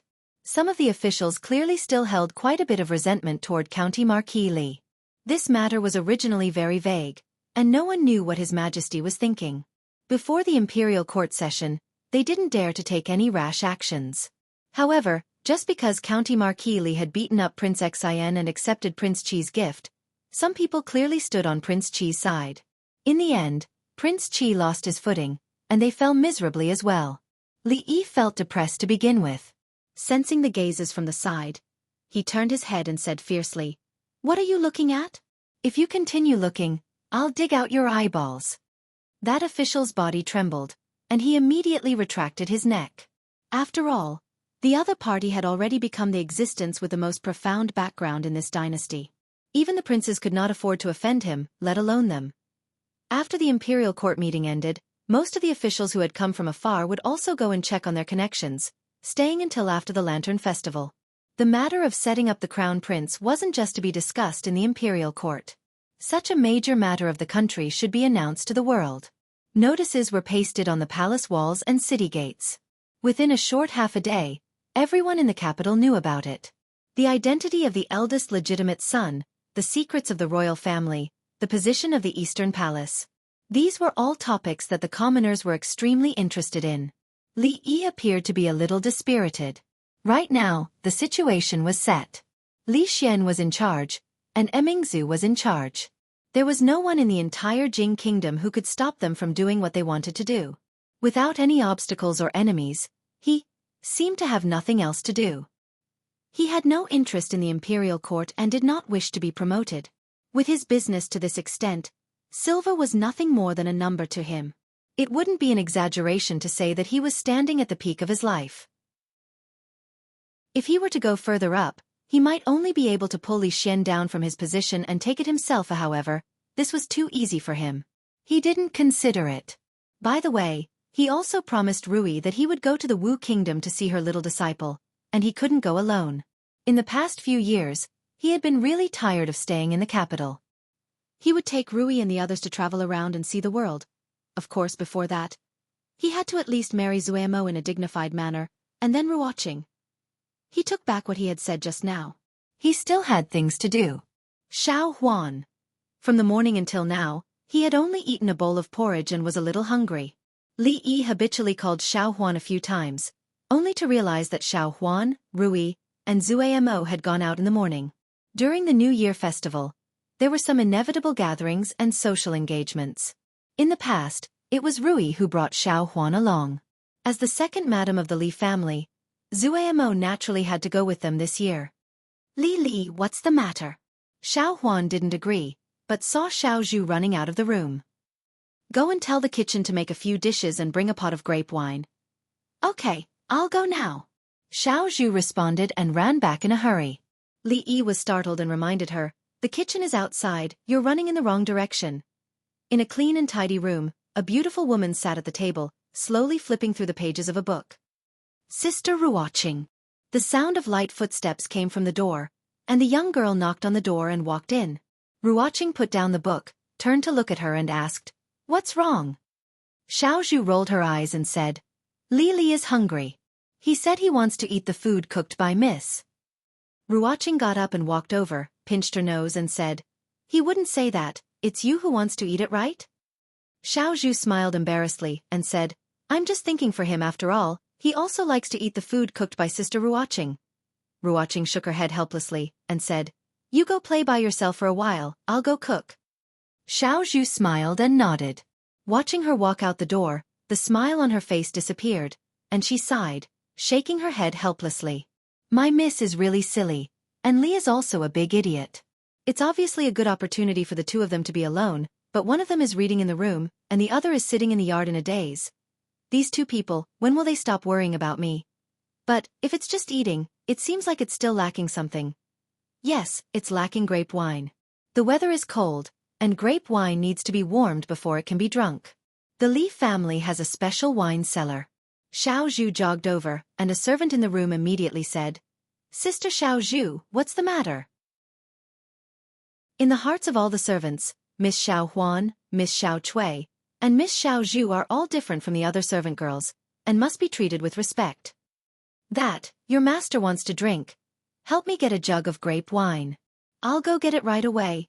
"Wait a minute," the servant turned around and asked in confusion. "Sister Xiaozhu, is there anything else?" Xiaozhu thought for a moment and said, "Bring a small jug of strong wine, the strongest kind." Chapter 962. Li Xian succeeded to the throne, and Emingzu assisted him. All the external and internal crises were swept away. After the court meeting, Lu Yi submitted a report, revealing the existence of an extremely terrifying secret force near the capital. It called itself the Holy Religion, and the person who controlled this force was called the Empress. The case of the son of the former assistant minister of the Ministry of Works and the burning of Prince Xian's mansion were both the work of this force called the Holy Religion. It was still unknown whether they had committed any other crimes. As for how big this Holy Religion was and the purpose of their existence, no one knew. The court naturally attached great importance to this matter. The officials and nobles of the capital would not tolerate such an unstable factor appearing under the feet of the emperor. The determination of the court could be seen from the fact that the Secret Intelligence Office, Supreme Court, Ministry of Justice, and the two offices of the capital were investigating this case at the same time. This was also the first decree the crown prince made after he became the ruler. If the capital wanted to be stable, the Holy Religion must be eliminated. Of course, this matter had nothing to do with Li Yi. Li Yi had thought that he would have nothing to do for a long time. He sat in the yard and thought for a while. Only then did he realize that he didn't have to work for them anymore. He still had a lot of things to solve. It wasn't until he smelled a fragrance that he came back to his senses. Seeing Ruoqing put a few dishes on the table, he asked in surprise, "These? Did you cook them yourself?" In fact, this question was unnecessary. The chefs of the Li family couldn't make such delicious dishes. "I have nothing to do anyway." Ruoqing smiled and put the bowl and chopsticks in front of him. Li Yi ran to the kitchen and fetched a bowl and chopsticks for her. He said, "You haven't eaten either. Sit down and eat with us." Only now did he realize that Rui and Zuamo went out today. Xiao Huan and Xiao Chui followed them. Mississippi Lu went to Lu Meng and would come back very late. Only he and Ruoqing were left at home. No, Xiao Zhu was also unnecessary. He still had a few scripts to discuss with her. He really shouldn't have wasted time in the yard just now. The dishes cooked by Ruoqing were all his favorites, which made Li Yi feel a little guilty. His taste was similar to drunk Mo's. Both Ruoqing and Rui liked to eat lighter food. Li Yi put down his bowl and chopsticks and said, "These dishes are not enough for two people. I'll make a few more." Ruoqing stood up and said, "What do you want to eat? I'll make it." "No need, no need." Li Yi waved his hand and pressed on her shoulder, asking her to sit down. "I'll do it. I haven't cooked for a long time, and my hands are a little itchy." Ruoqing could only nod helplessly. Soon, Li Yi walked over with a tray. Wan Ruoqing looked at the 3 extra dishes and a soup on the table, and her heart warmed slightly. Then she shook her head and said, "There are so many dishes. The two of us can't finish them all." "The wine is here." Xiao Zhu walked over with an exquisite wine pot in her hand and said, "The grape wine has just been warmed." Ruoqing looked at her and said, "Yu Zhu, go to the kitchen and get a set of chopsticks. Come and eat too." Xiao Zhu looked at the delicious dishes on the table and secretly swallowed her saliva. She shook her head firmly and said, "It's okay. I'm not hungry. You guys eat." After saying that, she turned and ran away quickly. Li Yi felt that all the maids he had met were very cute. Xiao Huan was like this, Xiao Cui was like this, and Xiao Zhu was also like this. It seemed that he had to care more about them in the future. Such good girls. Come, eat more of this. Have you noticed that you've lost weight recently? Li Yi first put a lot of dishes in her bowl, and then he started eating himself.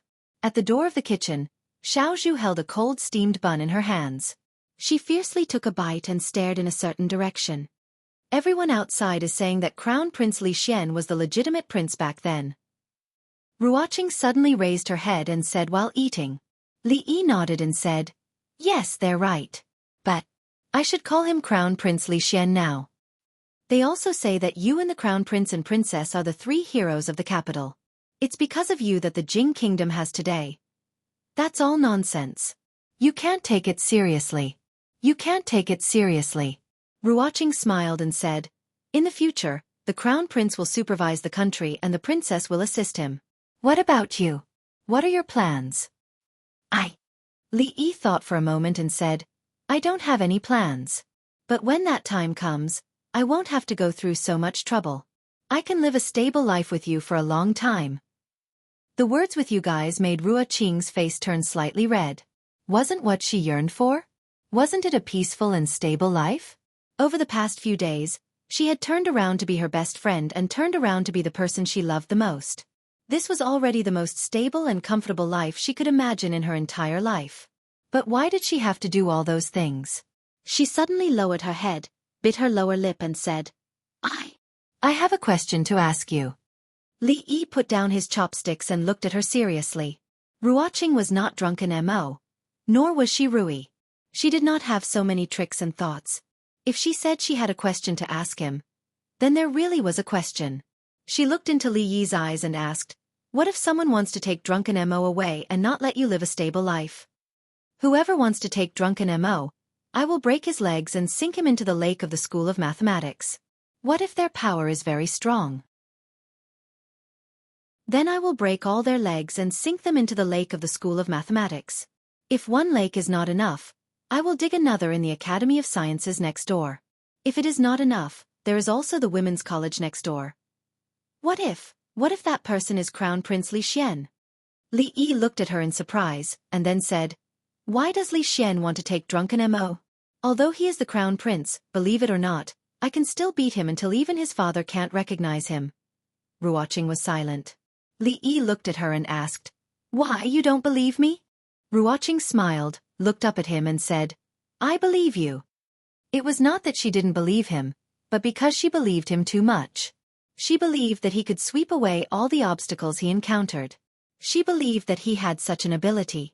She believed that he could do anything for drunken mo, just as she believed that he could do these things for her. Even if they were facing the entire imperial court, the entire world. It was precisely because she believed that she could not let him do that. Li Yi looked at her clenched fists, and a trace of worry appeared on his face. He asked, "What's wrong with you?" "I'm fine." Ruoqing smiled and said, "It's a pity that drunken mo is not here." If she heard these words, she would be very happy. Today, Ruoqing was a little strange. Usually she would not say such strange things. Li Yi could see that she had something on her mind, but since she did not say it, it was useless for him to ask, so he simply did not ask. It was just that in the future, he needed to pay more attention to her. Li Yi brought the warm wine over and poured a glass for her and himself. He said, "It's cold outside. Drink a glass of wine to warm up your body. This is grape wine, so it won't be intoxicating." Ruoqing nodded and raised the glass. Li Yi clinked glasses with her and drank the grape wine in the glass in one gulp. Then he looked at the wine glass in his hand and said doubtfully, "The grape wine today tastes a little strange, but it's quite delicious." Ruoqing only took a shallow sip and did not notice anything. She said, "Maybe it's because it's been warmed." Li Yi nodded and filled his glass again. He had not realized before that after the grape wine was warmed, the taste was even more mellow. In the future, he could drink it warmly. In the kitchen, Xiaozhu finished eating the cold steamed bun and poured half a bottle of grape wine into half a jar of strong wine. She dipped her chopsticks and put it in her mouth, then smacked her lips. Half a bottle of grape wine and half a jar of strong wine tasted quite good. It not only retained the sweet taste of the grape wine, but also made the wine not so strong. This was not a strong wine that intoxicated people, but it was an intoxicating grape wine. In addition, it was not the wine that intoxicated people, but the heart that intoxicated them. There was only so much she could do for them. Chapter 963. It's really strange. Li Yi put down his chopsticks and rubbed his eyebrows. Today, Ruoqing was strange. Even the grape wine was strange. Usually, he didn't feel anything after drinking a whole pot, but today, his head began to feel a little dizzy after drinking half a pot. Ruoqing also put down her chopsticks, looked at him and asked doubtfully, "What's strange?" Li Yi looked at her and asked, "Don't you feel that this wine is a little strange?" Ruoqing shook her head. She only drank 2 cups and didn't feel anything unusual. "I'm full. I'll go back to my room and rest for a while." It was nothing to drink poorly, but it was a bit shameful to get drunk after drinking grape wine. Li Yi stood up, but his body couldn't help shaking. Ruoqing hurriedly stood up, supported him, and asked worriedly, "Is there anything wrong with your body?" Li Yi shook his head. "I just feel a little dizzy. I'll be fine after a sleep. Let me help you back to your room to rest." Li Yi did feel a little dizzy, but he didn't refuse. In the past, unless he drank the strongest wine, he wouldn't feel this way. Could it be that his insignificant alcohol tolerance was showing signs of regression? Ruoqing helped him back to his room and covered him with the quilt. Then she closed the door and slowly retreated. After cleaning up the mess on the table, when she returned to her room, she found that her door was closed from the inside. "Xiaozhu, are you in there?" No one would enter her room except for herself and Xiaozhu. Xiaozhu liked to sleep on her bed. In the past, when she was reading, she would sleep on her bed if she was bored. After knocking on the door several times, there was still no sound from inside. She thought that she should be asleep, so she didn't disturb her again. The door of Xiaozhu's room was locked from the outside, and the door of Zue Mo's room was the same. She had to walk back to that room again. In Ruoqing's room, Xiaozhu lay on the bed, shaking her legs and murmuring, Sister, it's up to you next." In Li Yi's room, Ruoqing covered the quilt that had been kicked aside by him and slowly sat down on the bed. She lowered her head to look at this extremely familiar face, and her gaze did not shift for a long time. At the entrance of the mansion, the 2 servants of the Li family bowed and said, "Second Mississippi." Mississippi Lu walked into the courtyard and went straight to the kitchen. This was a separate kitchen in the courtyard. As usual, she found warm food. There were dishes and wine. She curled her lips. He didn't even know how much he could hold his liquor, yet he drank such a strong liquor. She picked it up and weighed it in her hand. There was only half of it left, enough for him to sleep until tomorrow morning. He picked up his chopsticks and picked up a few mouthfuls of food. Then he picked up the wine jar and took a gulp. His brows furrowed as he looked at the wine jar in his hand, deep in thought. It wasn't hard liquor. It tasted like grape wine, but not entirely. Surprisingly, it tasted pretty good. After finishing half a jar of wine, Zhang Xian walked out of the kitchen.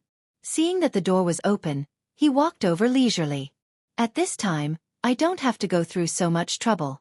I can live a stable life with you for a long time." In the room, Ruoqing stared at him for a long time. Thinking of what he had just said, a smile appeared on her face. She slowly reached out and touched his face.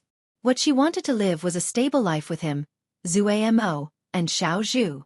No one or anything could be an obstacle. She gently held Li Yi's hand. At this moment, the delicate temperament on her body disappeared without a trace.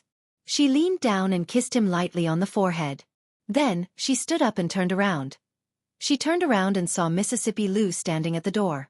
There was no panic or shame on her face. She walked over unhurriedly and whispered, "He's not feeling well. Let him have a good rest." After that, she walked out of the door. Mississippi Lu looked back and walked into the room. She came to the bed, lowered her head and sniffed. Her beautiful brows furrowed. Did he think he wouldn't get drunk by mixing grape wine with hard liquor? He wasn't on guard at all. Didn't he know what he looked like when he was drunk? When she saw the light lip mark on his forehead, she was infuriated. In addition to that Zhu Amo, there was also Miss Ruoqing, Li Mingzhu, and she really wanted to cut open his chest and see how his heart was made. Why could it hold so many people? After covering him with the quilt, she was about to turn around and leave when her wrist was suddenly grabbed. Rui, do you know that I'm very worried about you? Mississippi Lu turned around and looked at his eyes that were still closed. At this time, she was not worried that he would lie to her. She asked with interest, "Worried about me? Worried that you can't get married?" Li Yi murmured, "Although you are beautiful, your temper is too bad. Which man dares to marry you?" The smile on Mississippi Lu's face became even brighter. "What did you say just now? Say it again?" "Don't worry." Li Yi waved his hand casually and said, "If no one wants you in the end, don't forget that you still have me." Her wrist froze and she suddenly shook off his hand. A trace of panic appeared on her face as she looked down at him. "Don't forget that you still have me. I don't want you either." "Ha ha ha, who told you to always beat me?" A trace of pleasure appeared on the face of Li Yi, who was sleeping soundly. Mississippi Lu took a deep breath, turned around and strode to the door. She did not go out, but closed the door. In the courtyard, Xiao Zhu's eyes widened and the bun in her hand fell to the ground. "It's over. It's over. Miss, why don't you know how to cherish it? Such a big bargain, and you just gave it to someone else." At the brothel. Miss Ruoqing. "Miss, these are the new books I've collected these days. I'll give them to you later." "Sister Ruoqing, last year's accounts, I've put them on your table." Wan Ruoqing nodded and smiled at everyone she met. She passed through the brothel and walked into a room. "Brother Su, ask someone to move these props to the other side." "All right. Brother Su, my wife is going to give birth tonight. I'll have to trouble you to help me after work." "No problem, Brother Wang. Don't worry, I'll be here." Su Zheng was busy inside and outside the hall. A young girl walked in and said, "Brother Su, Sister Ruoqing is looking for you." Su Zheng turned around and smiled. "Got it. I'll be right there." He put down the work in his hands, washed his hands, tidied his clothes, and walked out of the door. He warmly greeted everyone he met along the way. He came to a room and lightly knocked on the door. "Come in." A woman's voice came from inside the room. Su Zheng walked in and closed the door. He respectfully knelt down. "What orders does Her Highness have?"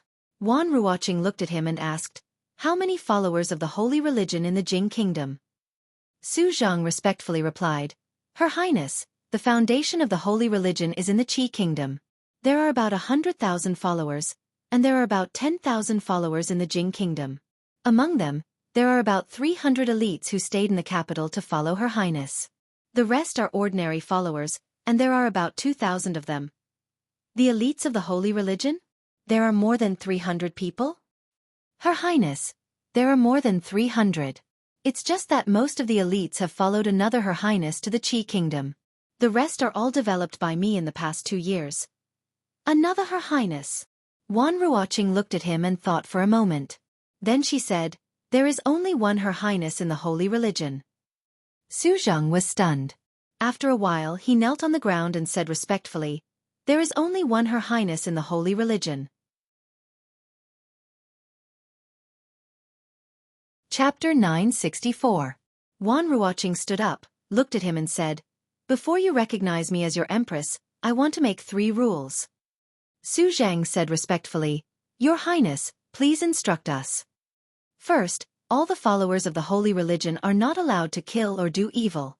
Without any hesitation, Su Zheng nodded and said, "I will definitely pass on Her Highness' teachings to every disciple."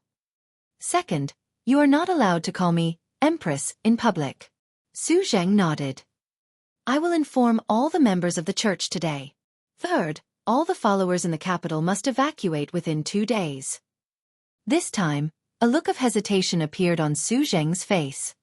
"But, Your Highness, the imperial court is currently investigating the matter of our holy church. If all of our followers are evacuated, what about your safety?" Wan Ruoqing shook her head. "You don't need to worry about my safety. If there is a day when you need to worry, you can't do anything." Su Zheng looked solemn. "Your Highness, you won't go with us?" Ruoqing smiled. I won't go. Your Highness.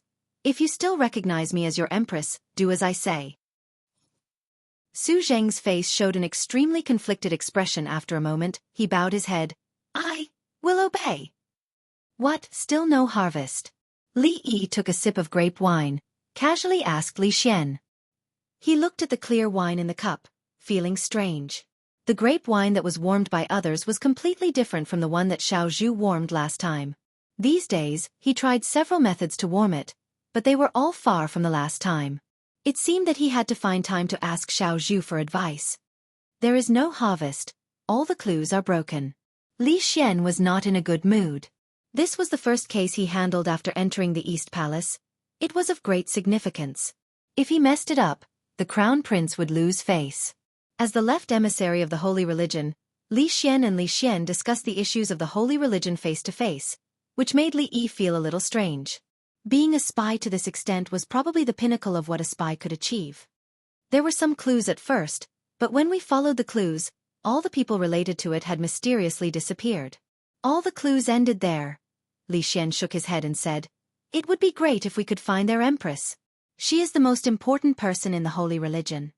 Putting aside the fact that the Taoist nun was currently in the Qi kingdom, even if she was really in the capital city, ordinary people would not be able to do anything to her.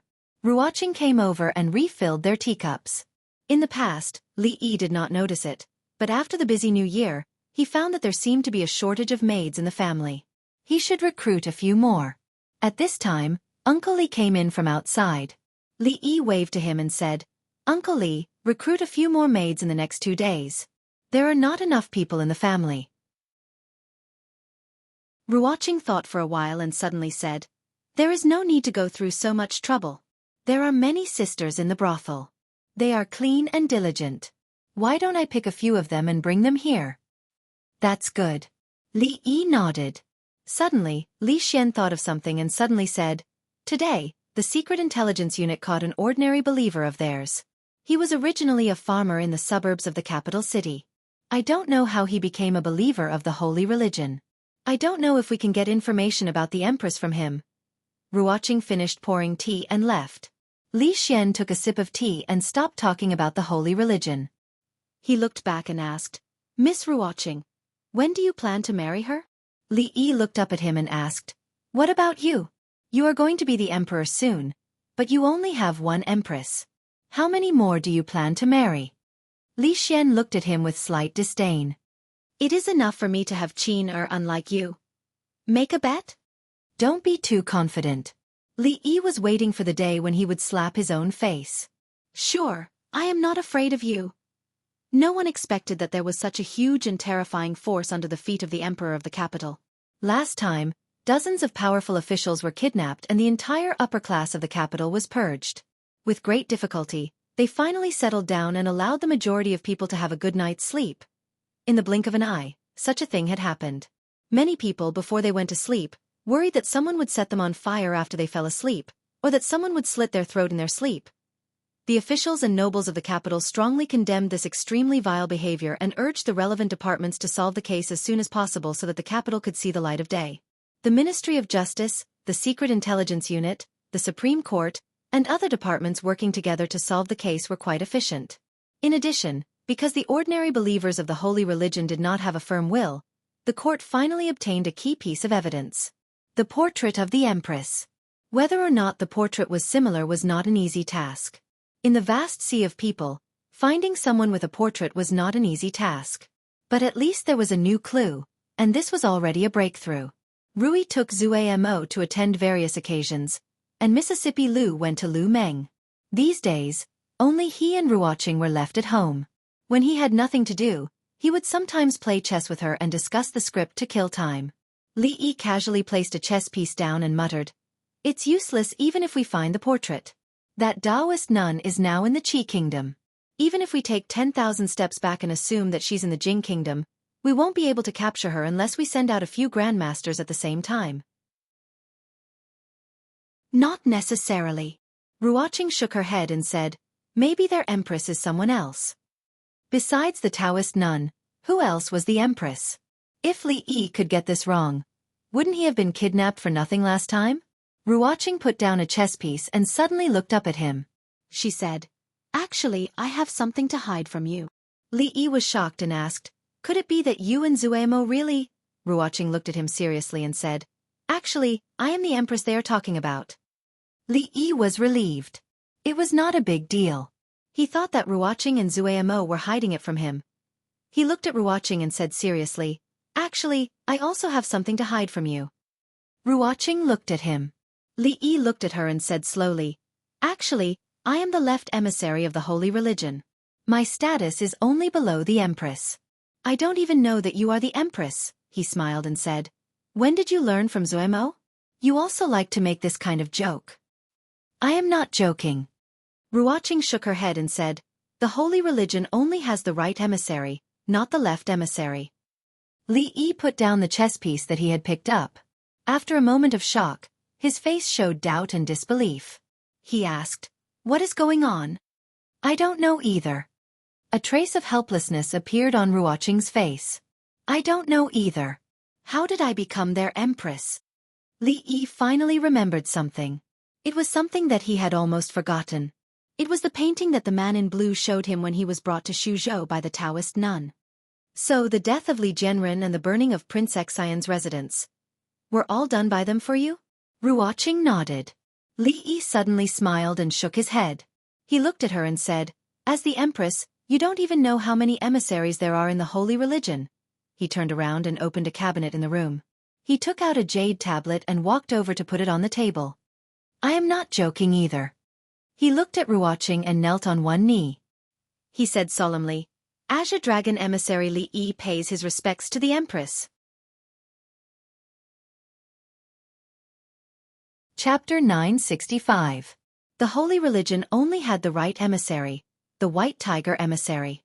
Although the left emissary, the Azure Dragon emissary, had a name, there was no such person. This was what Su Zhang told her when he introduced her to the matters of the holy religion. He also told her how to identify the emissaries of the holy religion. She picked up the jade token and looked at it. There were words on the front and a picture of the Azure Dragon on the back. There was a small dent in the middle. This was undoubtedly the token of the Azure Dragon emissary of the holy religion. In other words, he did not lie to her. He really was the Azure Dragon emissary. Before he knew that she was the empress, he was already the Azure Dragon emissary. She suddenly felt wronged. When she was the happiest and happiest, she inexplicably became the empress of the holy religion. She inexplicably became the wanted criminal of the imperial court. She inexplicably became the main culprit who might implicate him and disrupt their lives. These days, she did not sleep at all. In these days, she made many important decisions in her life. She changed so much that she could not even recognize herself, because she did not know that she was not the only empress in the family. The Azure Dragon emissary of the holy religion was also by his side. Why didn't he say so earlier? If she knew that he was the same as her, how could these few days have happened? But the next moment, her heart was filled with joy and happiness. So he was the same as her. They were the same. She was not alone.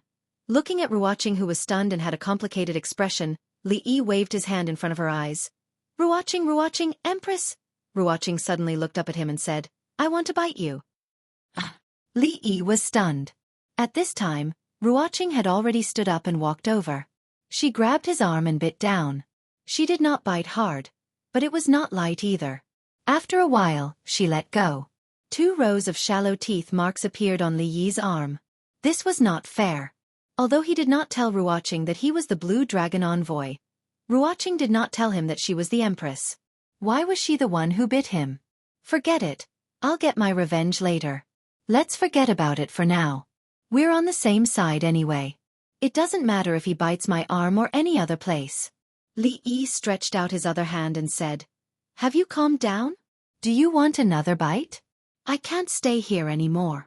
This was the first time she had done this to Li Yi. She blushed and lowered her head. "No." Li Yi shook his head without any hesitation. "Let me finish first." Ruoqing looked at him and said, "They have already got my portrait and should recognize me soon. At that time, you and Zumo will not be able to get away from it. Even if His Highness the Crown Prince and the Princess believe you, There are still the civil and military officials in the court and the nobles in the capital. So, I must leave. Li Yi smiled and said, You know, the civil and military officials in the court and the nobles in the capital. I don't care about these things. I care. Ruoqing looked at him and said seriously, Believe me, I can handle this matter. How do you want me to believe you? Li Yi sighed and said, If you run far away, where can I find you? Ruoqing shook her head and said, I won't run far. How can I believe you won't run far? Li Yi shook his head. With his previous understanding of Ruoqing, in order not to affect him, she would definitely run far away. Although he was a little surprised that she told him this time, it was better to be safe than sorry. Ruoqing suddenly took a step forward and gently hugged him. She put her cheek on his chest and whispered, Because I like you. How can I bear to leave you? Li Yi's mouth opened slightly and he was stunned in place. Was this a confession? Not counting that Sundra Loli, this was the first time in his 2 lives that a member of the opposite sex had taken the initiative to confess. But, how could this person be Ruoqing? Shouldn't this kind of trick be used by the domineering female alliance leader or the domineering empress? Could it be that Ruoqing had successfully evolved from a passive, accepting daughter of a humble family to a domineering queen who took the initiative to attack? Li Yi reached out and hugged her. He felt an indescribable pain in his heart. Just what kind of mental journey had she experienced in these past few days for her to change so much? There was no response for a long time. Ruoqing raised her head and a trace of panic appeared in her eyes. She whispered, Why aren't you saying anything? Li Yi lowered his head to look at her and said, You've said all the things I should have said. What do you want me to say? Hugged. Outside the room, a figure hiding in the bushes clenched the binoculars in his hands and whispered, Kiss. Yeah. Success. Li Yi suddenly realized something. The Empress of the Holy Religion was actually Ruoqing. Together with his Blue Dragon ambassador, this holy religion belonged to his family. Ruoqing was a queen, and so was the Taoist nun. It could be considered a tie. The White Tiger ambassador was 1 level lower than him, and his side was slightly better. In this case, why did most of the followers of the holy religion listen to them? This was a bit too much. No one could rob the Li family's things. Not even a guru. What belonged to him had to be taken back sooner or later. Su had coveted the Taoist nun for a long time. Judging from the frequency of his second granduncle's abuse, the next time they fought, he would definitely be able to easily teach the Taoist nun a lesson. At that time, wouldn't the great holy religion be at his fingertips? As for what he would do after he got it, that would be a matter for him after he got it. With so many people, it would be convenient to start a rebellion. Of course, the Qi kingdom was too far away from here, so this matter could be discussed later. The most important thing now was that Ruoqing's identity as the Empress was about to be exposed. If he really protected her at the risk of being condemned by the whole world, although it seemed very domineering, it was not the best way. The most important thing was that Ruoqing would not allow him to do that. Li Yi had always trusted her, and this time was no exception. Only now did he realize that this was what she had been worried about these days. He should have asked her earlier. It was not a big deal, and it was a good thing. If it were not for Ruoqing's sudden success in evolution, he would have almost made a fool of himself. Husband, come and carry Dwainer. I want to change my clothes. Rui walked in with Li Duan in her arms and said to him. Li Yi reached out and took Li Duan, who was wearing thick clothes. Rui suddenly looked at his arm in surprise and asked, What's wrong with your arm, husband? Who bit you? Li Yi looked down and said, I bit it when I was bored. Rui looked at the row of shallow teeth marks and asked suspiciously, You bit yourself? I really did bite myself. Li Yi picked up Li Duan with one hand and bit his other arm. He said, Like this. The matter of holy religion was not over yet, so it was better not to complicate things at this time. Li Yi walked out of the door and rubbed his arm. When he bit just now, he had used a little too much force. The second young lady of the Lu clan brushed past him and then turned her head back. She grabbed his arm and asked, What is this? Her eyes inadvertently fell on his other arm. She looked at him and asked, What is this? Li Yi looked at the teeth marks on his arms and then looked at Mississippi Lu. He said, You have all been out these days. I was bored at home, so I bit myself. Does it look good? Mississippi Lu thought for a moment and pointed at the arm that Ruoqing had bitten. She said, Bite another one for me to see. It's just beside this one. This way, my arms will not be symmetrical. How ugly. Li Yi shook his head and looked at her. He asked tentatively, how about I try on your arm? Chapter 966. If you don't want to try, then don't try. Why are you looking at me like that? When she was young, she often left bite marks on her wrist and then used a ballpoint pen to draw on the hands to make it look like a wristwatch. It was normal for her to bite herself. Ignoring the second miss, he walked back to his room and saw Xiao Zhu and Xiao Cui playing in the yard. Li Yi stopped. After some thought, he waved her over. Xiao Zhu, come here. I want to ask you something. A government office somewhere in the capital. Several officials in charge of the holy religion case were gathered together. They looked at a portrait spread on the table, frowning. Li Xian walked in from outside. He glanced at everyone and asked, "What did you see? Tell me." This case had been dragged on for a long time. It had used up what little patience he had. He was still waiting for the case to end so he could discuss a scientific problem with Shen Shu. Speaking of which, it had been a long time since he had seen Shen Shu. The Supreme Court official said helplessly, "Your Highness, let's not talk about the authenticity of this portrait for now. It will be difficult for us to find the Empress with just this portrait. This portrait has been plastered all over the streets and alleys of the capital, but we haven't found anything yet."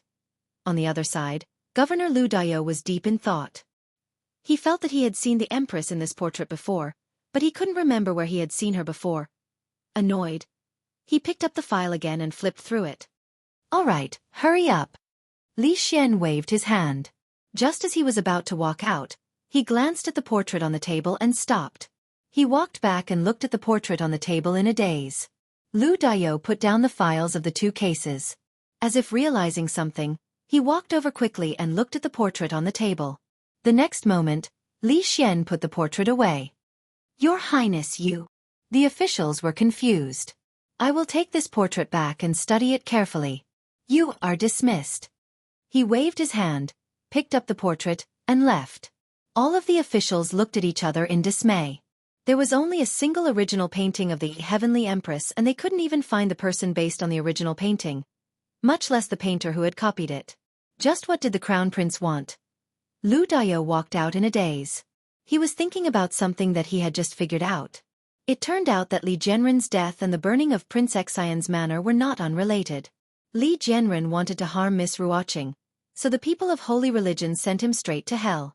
Prince Xian burned down Miss Ruoqing's residence. Therefore, his Prince Xian manor was also burned down by the people from the Holy Religion. These two seemingly unrelated cases were closely linked because of one person. Only, Miss Ruoqing was the Empress. How was this possible? Li Yi took a sip of wine and decided to promote Xiao Zhu to be his personal wine warmer in the future. The grape wine that she warmed tasted different from others. It was at this moment that the slightly absent-minded Li Xian walked in from outside. Li Yi poured him a cup of wine and said, "What's wrong? Isn't Mingzu the one handling the matters of the court? Why do you look so glum?" After Li Xian sat down, he sighed and handed the portrait to him. Li Yi opened the portrait and stood up abruptly, glaring at him and saying loudly, "Speak! Why is Ruoqing's portrait with you? You already have the Crown Prince's consort and Shen Shu. Could it be that you still have designs on her? Are you still human?" The drawing skills of this portrait were not very good and ordinary people might not be able to recognize it. However, how could he not recognize it after spending so much time with Ruoqing? "Shen Shu." Li Xian was startled. "That's not important." Li Yi waved his hand. "Why do you have Ruoqing's portrait?" Li Xian shook his head and looked at him, saying, "This portrait is of the Empress of the Holy Religion." Li Yi looked at the portrait again and asked, "Did you take the wrong one? There are people who look so similar in this world?" At this moment, Feng hurriedly ran in from outside and said anxiously, "Son-in-law, bad news. Miss Ruoqing has disappeared." Li Yi was startled. Although Ruoqing did not tell him her plan, he did not need to worry about Ruoqing leaving. Pretending to be surprised, he asked, "What happened?"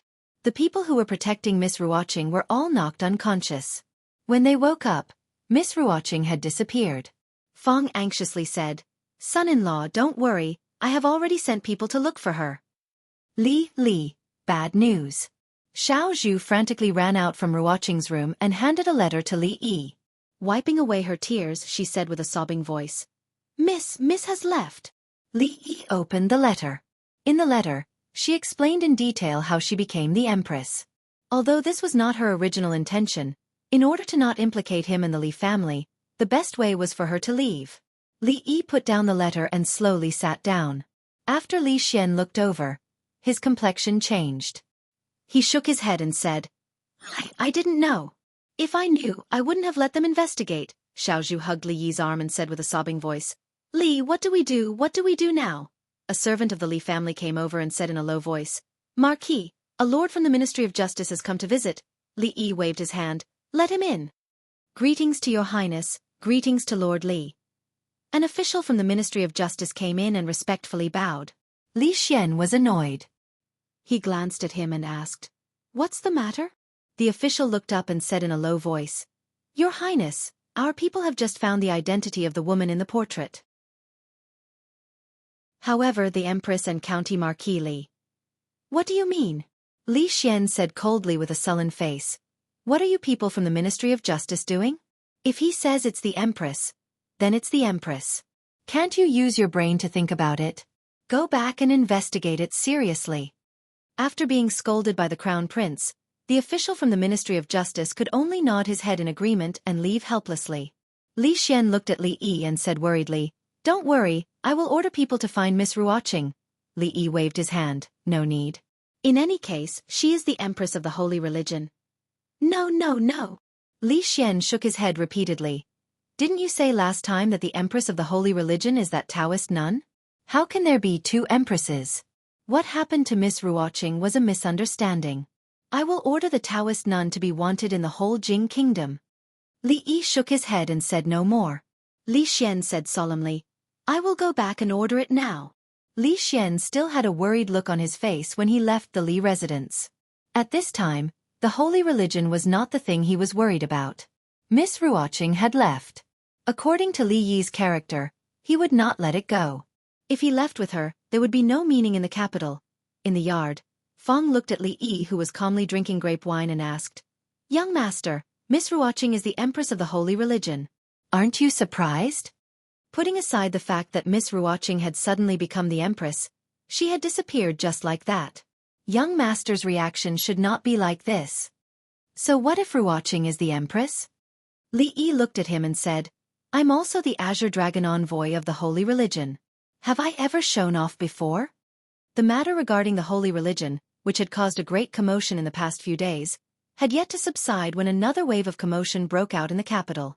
Prince Xian, who had already left the capital, had met with a group of thugs on his way to his feudal land. Not only had his group been robbed, but even Prince Xian had been beaten up by them. Therefore, Prince Xian, who had just left the capital, was carried back again. It was verified that the group of thugs were the believers of the Holy Religion. Although Prince Xian had met with an unexpected misfortune, those people had at least left the capital. While strict orders were given to investigate those thugs, all the influential officials in the capital were finally at ease. They had finally left. As for whether the Empress of the Holy Religion was the Taoist nun who was wanted or someone else, or whether she was related to County Marquis Li, the imperial court had not come to a conclusion. They could not tell if it was real or fake either. However, since the crown prince and the princess did not care, they could not say anything else.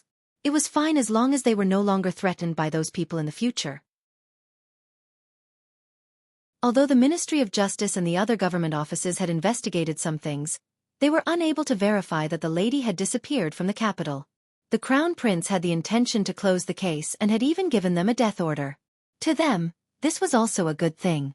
Who would dare to go to County Marquis Li's place to investigate the case? Li Manor. Drunken Emo looked at Li Yi and asked with a burning gaze, Where on earth did Sister Ruoqing go? Li Yi shook his head and said, I really don't know. A few days ago, her portrait was pasted all over the capital. She definitely can't appear now. You must know something. Drunken Mo's expression was one of disbelief. She shook her head and said, If Sister Ruoqing really went missing, you'll go crazy from anxiety. How would you be in the mood to drink grape wine here? Look into my sincere eyes. Li Yi held her face and looked at her saying, I'm not lying to you. I really don't know where she is.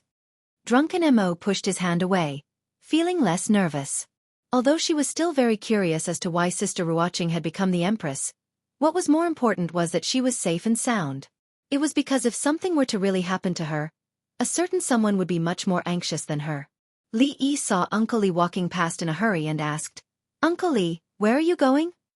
Caretaker Li came back and stood at the door, saying, Didn't young master say that there's a lack of manpower at home and that you need to pick a few more maids? Miss Ruoqing picked a few from the brothel. Now that they're all here, I'll go take a look.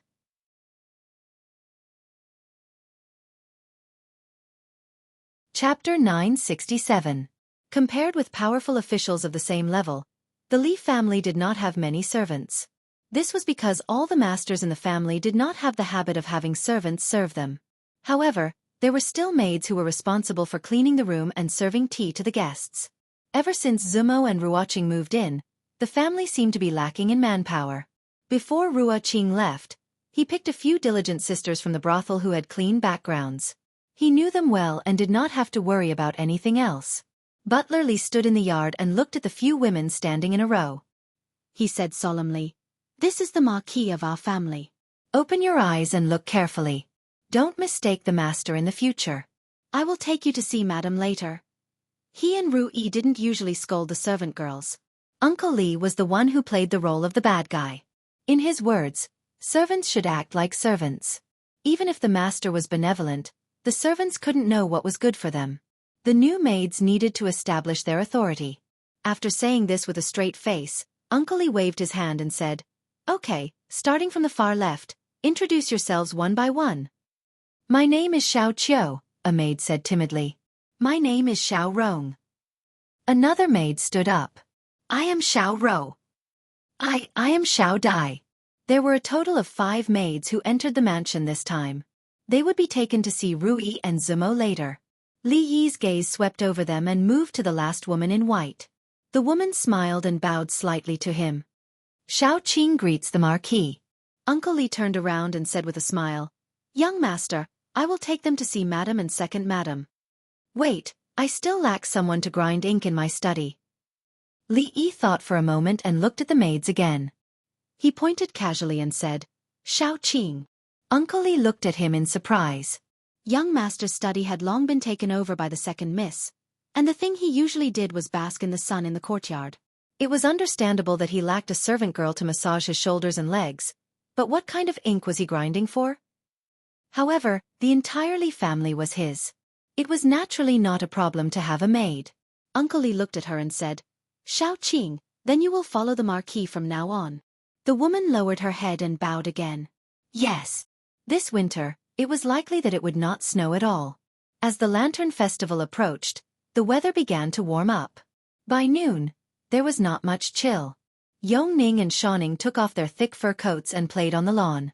Li Yi sat to the side and leisurely roasted meat. The two finally got tired of playing and ran over to crouch beside Li Yi. They swallowed as they watched the golden oil drip onto the charcoal, making a sizzling sound. This is not normal. This is definitely not normal. Li Xian stood far away and looked at this scene. The worry on his face deepened. Mingzu turned to look at him and asked, How is it not normal? Miss Ruoqing has disappeared for 3 whole days. Li Xian counted with his fingers and looked at Li Yi. How can he be so calm and still have the mood to sit there and roast meat, and still have the mood to feed Shaoning? Is this not good? Mingzu looked at him and asked, Do you want him to be depressed? Li Xian shook his head and said, Have you heard of an old saying? What old saying? Mingzu looked at him and asked, What old saying?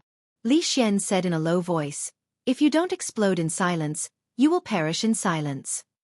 Mingzu looked at him in confusion. Which ancient person said this? Lu Xun. Who is Lu Xun? The writer, thinker and educator that Li Yi mentioned last time. Don't worry about who Lu Xun is. Li Xian shook his head and said, Don't be fooled by his smile on the surface. Maybe in his heart. In short, he is very dangerous. The calmer he appears, the more dangerous he is. Then what is normal for him to do? Look for him. Li Xian said anxiously. He should be more anxious than anyone else. He has been looking for you all over the world. It's impossible for him to be as calm as he is now. Think about it. If you are lost, what will he do? When you go there later, don't mention misrewatching, and don't mention holy religion. Li Xian said and then walked quickly. Let me do it. Li Xian snatched the iron skewer from Li Yi's hand and said, You rest. I will roast it for a while. He didn't expect the crown prince to be so diligent. Li Yi handed the iron skewer to him and took a chicken wing for himself. Just now, he was focused on feeding the two greedy cats and didn't eat much. Put it down and don't move. Li Xian snatched the iron skewer from his hand and put the chicken wing on the plate with chopsticks. He said, It's more convenient to eat like this. Li Yi looked at him and suddenly asked, Do you have something to ask of me? Li Xian shook his head violently. No. Really, you only have this one chance. I really don't. Li Yi shook his head. He didn't know what was wrong with him today. Just in case, it was better to stay away from him. After eating the chicken wing, he walked straight to the pavilion in the middle of the lake. The weather was good today. On his way back, he would catch 2 fish, one in soup and one in braising. Li Xian finished roasting the fish. When he turned around, he found that Li Yi was no longer by his side. He looked back and said in shock, Emingzu, stop him. He wants to jump into the lake. This is why I changed my clothes when I came back. Li Yi explained to Rui, Mississippi Lu, and Drunk Ink. After all, the clothes he wore when he came back were different from when he went out. It was Mingzhu's clothes. It would indeed cause a big misunderstanding. Those who didn't know better would think that he had done something dirty. It was just that when he was fishing, he subconsciously dodged Mingzhu's grasp. In the end, the fish ran away, and he fell into the lake. The lake water at this time of year was piercingly cold. If it weren't for Mingzhu bringing him a new set of clothes from the women's college next door, he would probably be frozen sick today. Of course, many of her clothes were gender-neutral, so he didn't look so out of place when he wore them. Although he had changed his clothes, he still looked a little disheveled. Rui helped him take off his coat and said, I've asked Xiaofan to boil the water. Husband, go take a hot bath first. The lake water was dirty. It was time for a good bath. Although he was wearing Mingzhu's clothes on the outside, his underwear was still wet. Soaking comfortably in the bathtub, the water vapor rose. Li Yi closed his eyes, and the remaining chill immediately disappeared. The door creaked and slowly closed. Someone added hot water to the bathtub. Li Yi said, Help me massage my shoulders. The figure who was about to walk out of the door stopped in his tracks. Not long after, a pair of soft hands were placed on his shoulders. The hands moved slowly on his shoulders. At a certain moment, Li Yi said, Xiaohuan, you don't need to massage here. Just massage the previous place. I don't know where Miss Xiaohuan used to massage before. Hearing the voice behind him, Li Yi opened his eyes and turned his head. He said in surprise, Xiaoqing, why are you here? The woman behind him smiled a little embarrassedly. Dwainer was making a fuss. Xiaohuan went to comfort him and asked me to come and add water for her.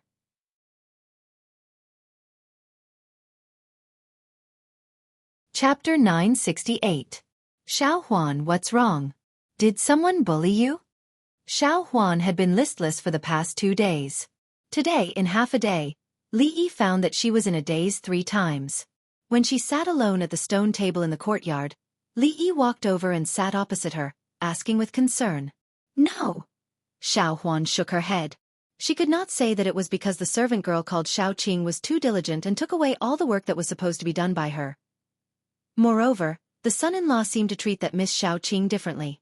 This was the first time he allowed another servant girl to grind the ink for him, and also the first time he allowed another servant girl to rub his shoulders when he was bathing. These things were all done by her in the past. Li Yi looked at her and said in disbelief, Really? The servant girl twisted her fingers together and looked at him pitifully. She asked, Son-in-law, do you not like Xiaohuan anymore? Li Yi did not know what the servant girl was thinking. Surprised, he got up and sat beside her.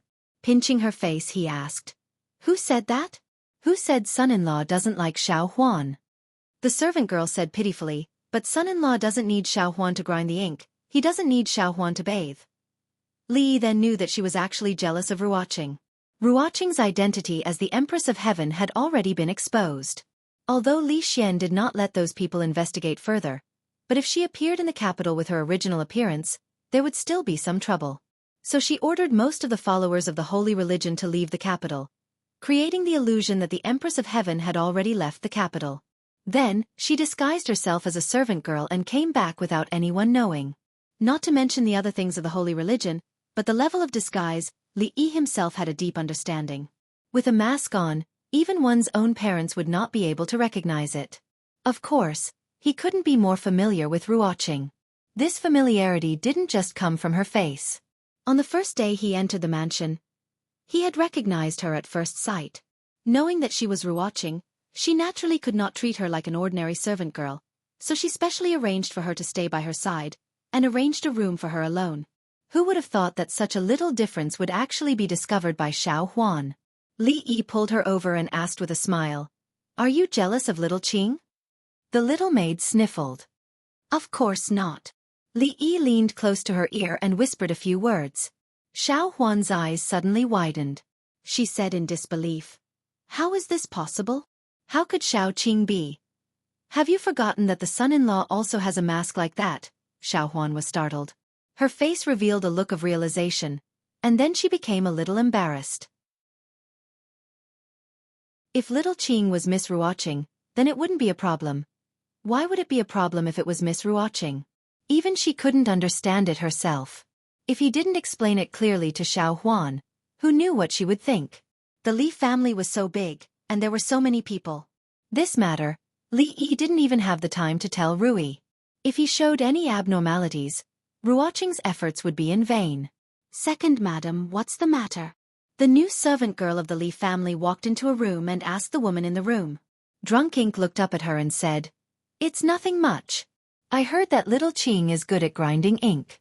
I was just about to write a few words and wanted to ask for your help." Little Qing walked to the desk and said with a faint smile, "This is what I should do." There were not only the two of them in the room. When she was grinding ink, little Zhu sat on the other side of the desk with one hand under her chin, murmuring, "Where did Sister Ruoqing go?" Little Cui jeered at the side. "It must be that Sister Ruoqing thinks you are too annoying and doesn't want you anymore." "Say it again." "What's wrong with saying it again?" "You are just annoying." The two little servant girls quickly began to quarrel. Drunk Ink ignored them and looked at little Qing who was grinding ink. She asked, "Where is little Qing from?" "She grew up in the capital." Drunk Ink shook her head and said, "Little Qing is very much like a good friend of mine, but she grew up in Qing'an Prefecture and only came to the capital 2 years ago." Little Qing smiled and did not speak. Drunk Ink asked again, "Who else is in the family?" Little Qing replied, "Only me." The two of them chatted like this. Not long after, little Qing put down the ink and said, "Second madam, the ink is ready. If there is nothing else, I will go down first." Drunk Ink crossed her arms and looked at her, asking, "How long are you going to pretend for?" Little Qing looked surprised and asked, "Second madam, what are you talking about?" Drunk Ink suddenly hugged her and put her hands on her chest. "This is the feeling. Do you still want to pretend?" Ruoqing's face was red and she hurriedly said, "Drunk Ink, what are you doing? Let go of me." At this moment, her voice was very different from before. "Not calling me second madam now?" Drunk Ink looked at her with a proud expression and said, "Little Cui, close the door." Hearing the young Miss's order, little Cui immediately ran over and closed the door. Ruoqing's expression finally became flustered and she hurriedly said, "Drunk Ink, what are you going to do? Don't do anything stupid." Drunk Ink looked at her and snorted. "You even dare to lie to me. Of course you will be punished according to the family rules." Hearing the words family rules, Ruoqing's face became even redder. She looked at little Zhu and said anxiously, "You Zhu, come help me." Little Zhu rolled up her sleeves and ran over, asking excitedly, "Sister Drunk Ink, how do you want me to help you?" Ever since Li Duan could walk steadily, he liked to walk, and Rui did not have to watch him all the time. Now it was approaching the Lantern Festival. For the Li family, the most important day of this month was not the Lantern Festival, but the happy event of welcoming Drunk Ink into the family at the end of the month. Rui handed over a booklet and said, This is the guest list written by old madam. Husband, take a look and see if anyone is missing. It's time to have someone write an invitation. Old madam is familiar with this kind of thing. I don't think she will miss anyone. Li Yi looked at it and put it aside. Rui looked at him and asked again. Miss Ruoqing is gone. Husband, are you really not going to look for her? Li Yi was actually about to tell her about this matter, but he did not expect Rui to speak first. He said awkwardly, you may not know but actually, little Qing is Miss Ruoqing. Unlike what Li Yi had imagined, Rui's face did not show much surprise. She looked at Li Yi and said with a smile, I thought husband would hide this matter from me for a few more days. Li Yi said in surprise, Wife, you know all about it? There are many ways to tell a person apart from their appearance. Figure, behavior, aura. Rui looked at him and said, judging people by their appearance is the worst way. Li Yi explained, Ruoqing's identity is special. If others know, it will be troublesome. I don't blame husband. I know all this. Rui leaned on his shoulder and asked softly, but I don't know how many good sisters I have. Li Yi said in surprise, Wife, don't you only have one sister, Rui? Including Xiaofan, there are only two. Rui shook her head and said, other than Rui and Xiaofan, there are also Sister Zumo, Sister Ruoqing, Sister Mingzu, and Sister Lin from the Qi Kingdom. It depends on husband whether there are any Sister Lin. Li Yi shuddered. He thought that spring was coming, but at this moment, he felt that the weather was getting colder and colder. The weather was getting colder. Keep warm and avoid catching a cold.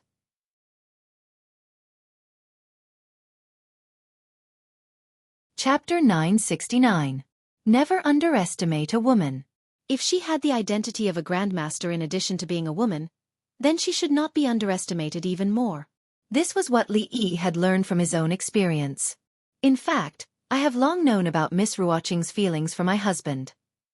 Rui leaned against his chest and said, in the past few years, from Qing'an Prefecture to the capital, such a large brothel has been taken care of by a woman. I can imagine how hard she has worked. If it were not for the fact that she already loves my husband to the bone, which woman would be willing to do this for a man? She does not want to be the empress who is respected by all. She only wants to be the little Qing who follows my husband. How can I not see it? There are not many women in the world who value affection and righteousness so much, but my husband has met all of them. Why is my husband so lucky? I want to bite you. Ruoqing's identity was no longer a secret to Rui and the others. But in the mansion, she still called herself Little Qing, and did all the things that a servant girl should do. After all, her other identity was a little too shocking. There was a bite mark of love on his neck in exchange for Rui's acknowledgement of Ruoqing. No matter how broad-minded Rui was, it was impossible for her to remain calm from beginning to end in this kind of thing. So when she proposed that good things come in pairs, and let drunken Mo and Ruoqing enter the Li family at the same time, he did not agree. It was better to take this matter step by step. While eating, Mississippi Lu, who was sitting next to him, glanced at him and asked, What's wrong with your neck? Drunken Mo also looked over with a puzzled expression. Li Yi looked at Rui. Rui's pretty face was slightly red. She lowered her head and bit her chopsticks, and at the same time, gave him a threatening look. Li Yi swallowed the words he was about to say. Rui's threat was much more useful than Mississippi Lu's. Before Zue Mo and Ruoqing married into the Li family openly, ignoring Rui's threat, he could only stay alone in the room at night. He would rather offend Mississippi Lu than Rui. He picked up a mouthful of food, touched the bite mark on his neck, and said casually, Oh, you mean this? I had nothing better to do, so I bit it randomly. Xiaofan put down her chopsticks and twisted her head to see if she could bite her own neck. Mississippi Lu also put down her chopsticks and looked at him with her arms crossed. Take another bite and we'll see. Li Yi asked in surprise. Here? Mississippi Lu nodded. Right here. Li Yi thought about it and said, All right then. Seeing this, Xiaofan immediately turned her head, wanting to see how her son-in-law could do this action that she could not do. Li Yi rinsed his mouth and then looked at Mississippi Lu. To be precise, he stared at her snow-white neck and asked, Have you washed your neck? Too many things had happened in the 4th year of Jing He. The fall of the Cui family, the loss of power of the king of Shu, and a large number of forces in the capital had suffered a bloody purge. Some families fell, and others stood up. The current situation in the capital and even in the Jing kingdom had been very stable. The people's hearts and the imperial court had stabilized. Although Li Xian had just succeeded the throne, he had a high reputation in the imperial court. With Mingzhu's assistance, he could easily stabilize the general situation. From the moment they stepped here, the turbulent capital began to calm down. After observing for several days, Li Xian finally confirmed that the incident did not seem to have much effect on Li Yi. Not only that, the entire Li family seemed to be exactly the same as before. Even the servant girl called Xiao Zhu did not seem to feel anything about her mistress's departure. When she brought the wine over, she was smiling like a flower. This made him feel relieved, but also puzzled. Based on his understanding of Li Yi, he could not be so calm at this time. Li Xian looked at him and asked suspiciously, "Did you hide Miss Ruoqing?" Li Yi drank a cup of warm grape wine and shook his head. "No."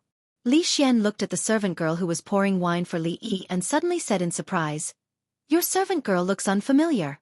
Is she new?" He waved his hand and said, "Don't just look at the marquee. I've run out of wine. Why don't you pour it?" "Pour what?" Li Yi slapped the table and glared at him. "If you want to drink, pour it yourself. Don't you have hands?" Li Xian looked at him in a daze, and then looked at the servant girl standing to the side. A thoughtful expression appeared on his face. After a moment, he stared at Li Yi. "You even hid it from me?" Li Yi poured more wine for him. "If other people knew, you would be the one in trouble. But you're Ruoqing. Is she really the empress of the holy religion?" The dissatisfaction on Li Xian's face instantly disappeared. He asked with some excitement, "Is it like what she said in the letter?" "Correct." Li Yi nodded. "Tell me, is there such a possibility?" Li Xian looked at him, thought for a moment and said, "Now there are two empresses of the holy religion. If we make Taoist none," he made a throat-slitting gesture and murmured, "then this holy religion can be used by us. Didn't you say that the holy religion has 100,000 believers in the Qi kingdom? When the time comes, we can work together." That being said, Taoist Nun was a grandmaster. Even if she couldn't beat them, she could still run. Moreover, she was in the Qi kingdom, surrounded by followers, and there were many masters among them. If they really fought force with force, the current Lu Meng would not be a match for her. It would not be easy to deal with her. It was slightly more difficult. Li Yi did not accompany Li Xian in his daydreaming. He asked, "How is His Majesty's health?" The winter this year was unusually cold. The weather had been good for a few days, but it became gloomy again. It would not warm up before the Lantern Festival. In the past, when the weather was good, he could occasionally go to the palace to get a free meal. Now it had been a long time since he was summoned. Li Xian drank up the wine in his cup, shook his head and said, "Father now spends more time in sleep than when he is awake." The old emperor's illness worsened with the seasons, and it was getting worse year by year. This winter was long and cold, and there was no sign of it warming up. He, Li Xian, and Mingzhu had tried to avoid this topic. What did the imperial doctor say? If he can survive this winter, there may be some relief, but if... Before Li Xian finished his words, he fell into silence. Li Yi looked up at the sky. It was gloomy, as if the whole sky was about to press down, making it difficult to breathe. "Your Highness, His Majesty summons you." A eunuch came in from outside and said respectfully, "Marquis Li, His Majesty also summons you."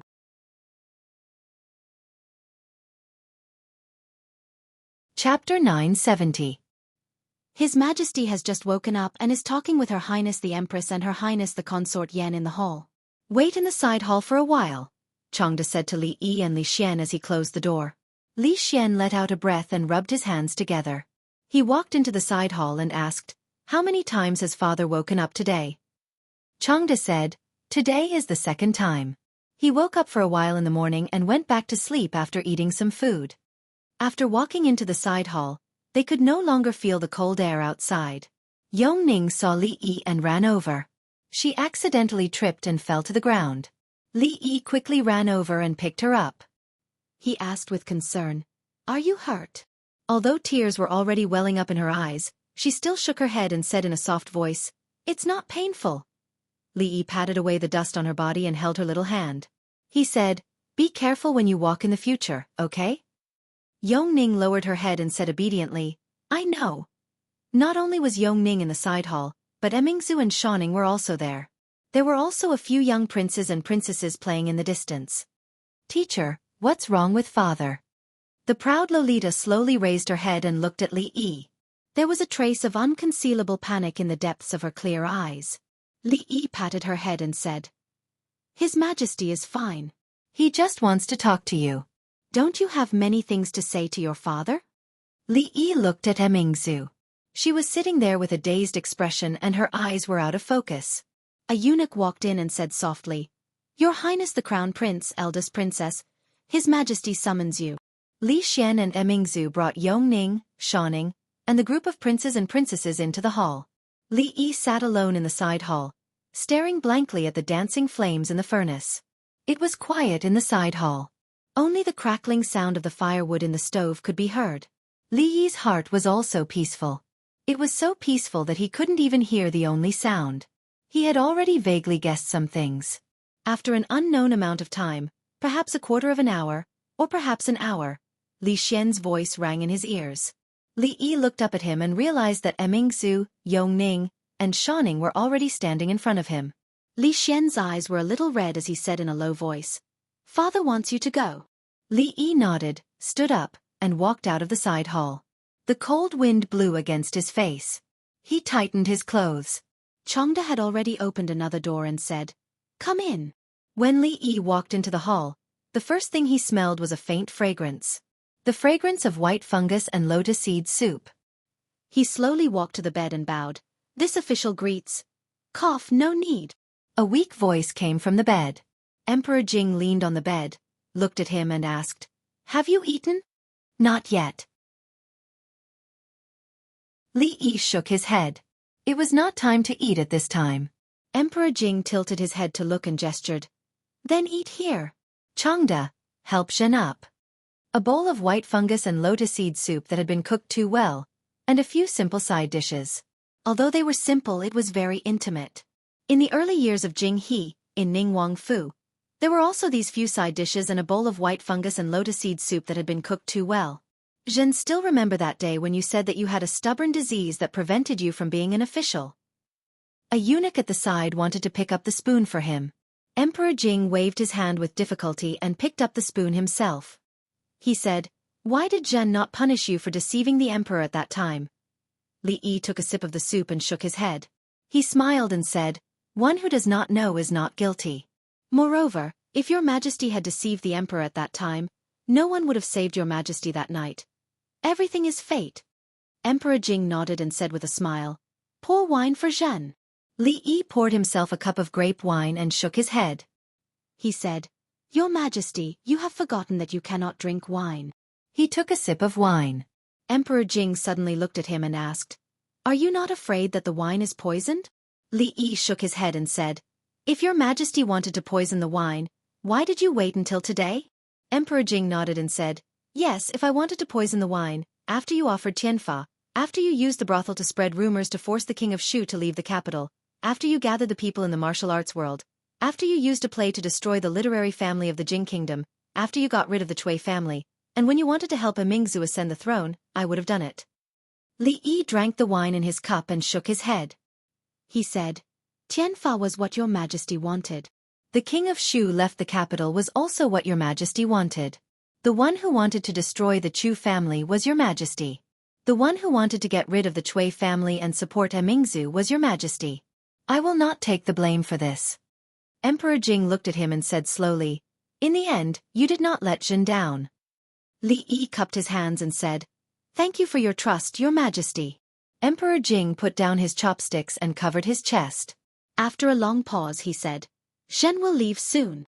His tone was very calm and his expression was indifferent. It was as if he was saying something very ordinary. It was as if he was saying that he would be back soon.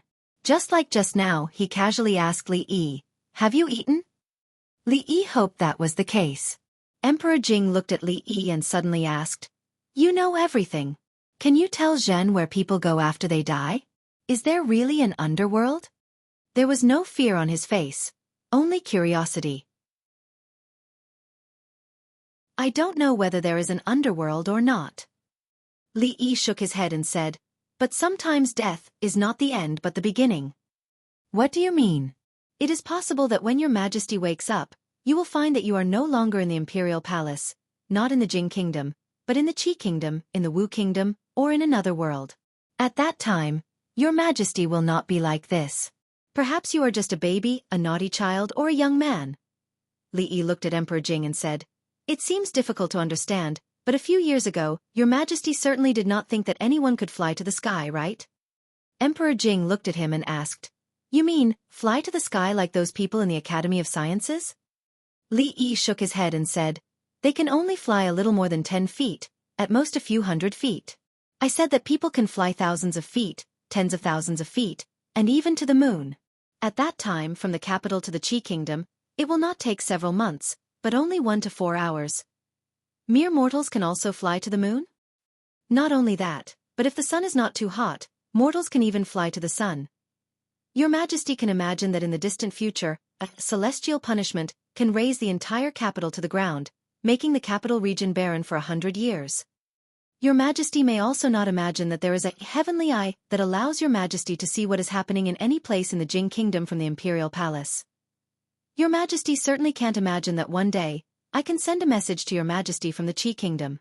There is no courier station, no messenger, and the message arrives in an instant. If your majesty wants to destroy the capital of the Qi kingdom, you don't need to mobilize a large number of people. You only need to sit in the Yongju hall and move your finger." The eunuchs standing on both sides, including Changde, had their mouths wide open. A celestial punishment could destroy the entire capital. Mortals could fly to the moon and see the entire Jing kingdom's heavenly eye. Even from 1,000 miles away, the message arrived in an instant. Did County Marquis Li have a hysteria again? If someone else told me this, I would send him to the Imperial Physician Bureau. Emperor Jing looked at him and said, "You are different.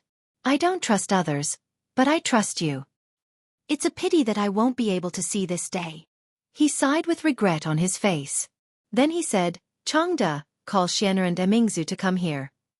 Changde walked out of the hall. He turned around and took out a small wine pot from the quilt.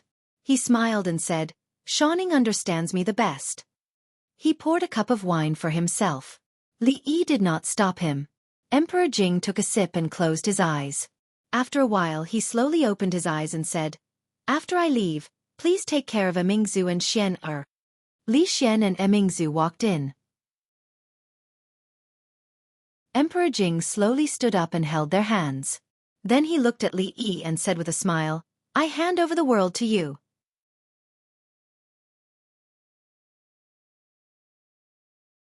Chapter 971.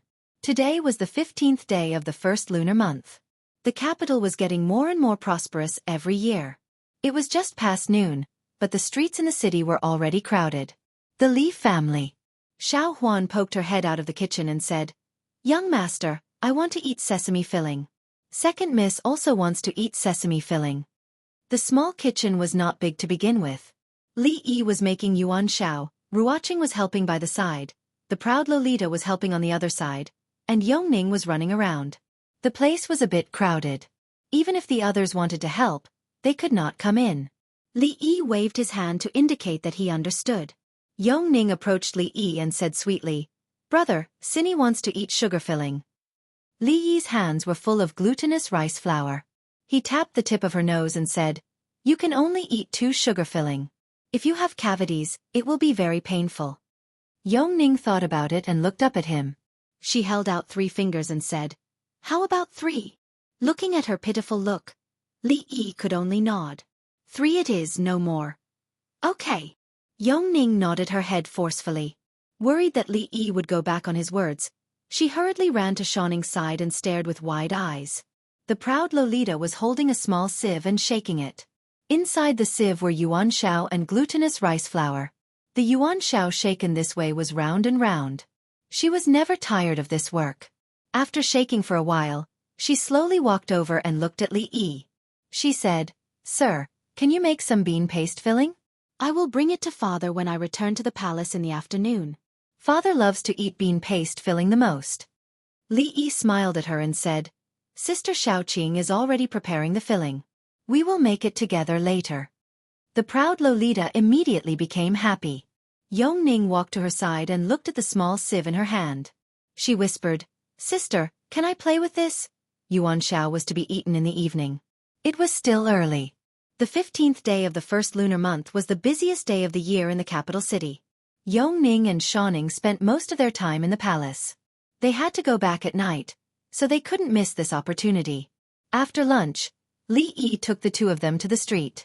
Compared to the crowds at night, it was much better during the day because the lantern show, fireworks, and other important events would only start at night.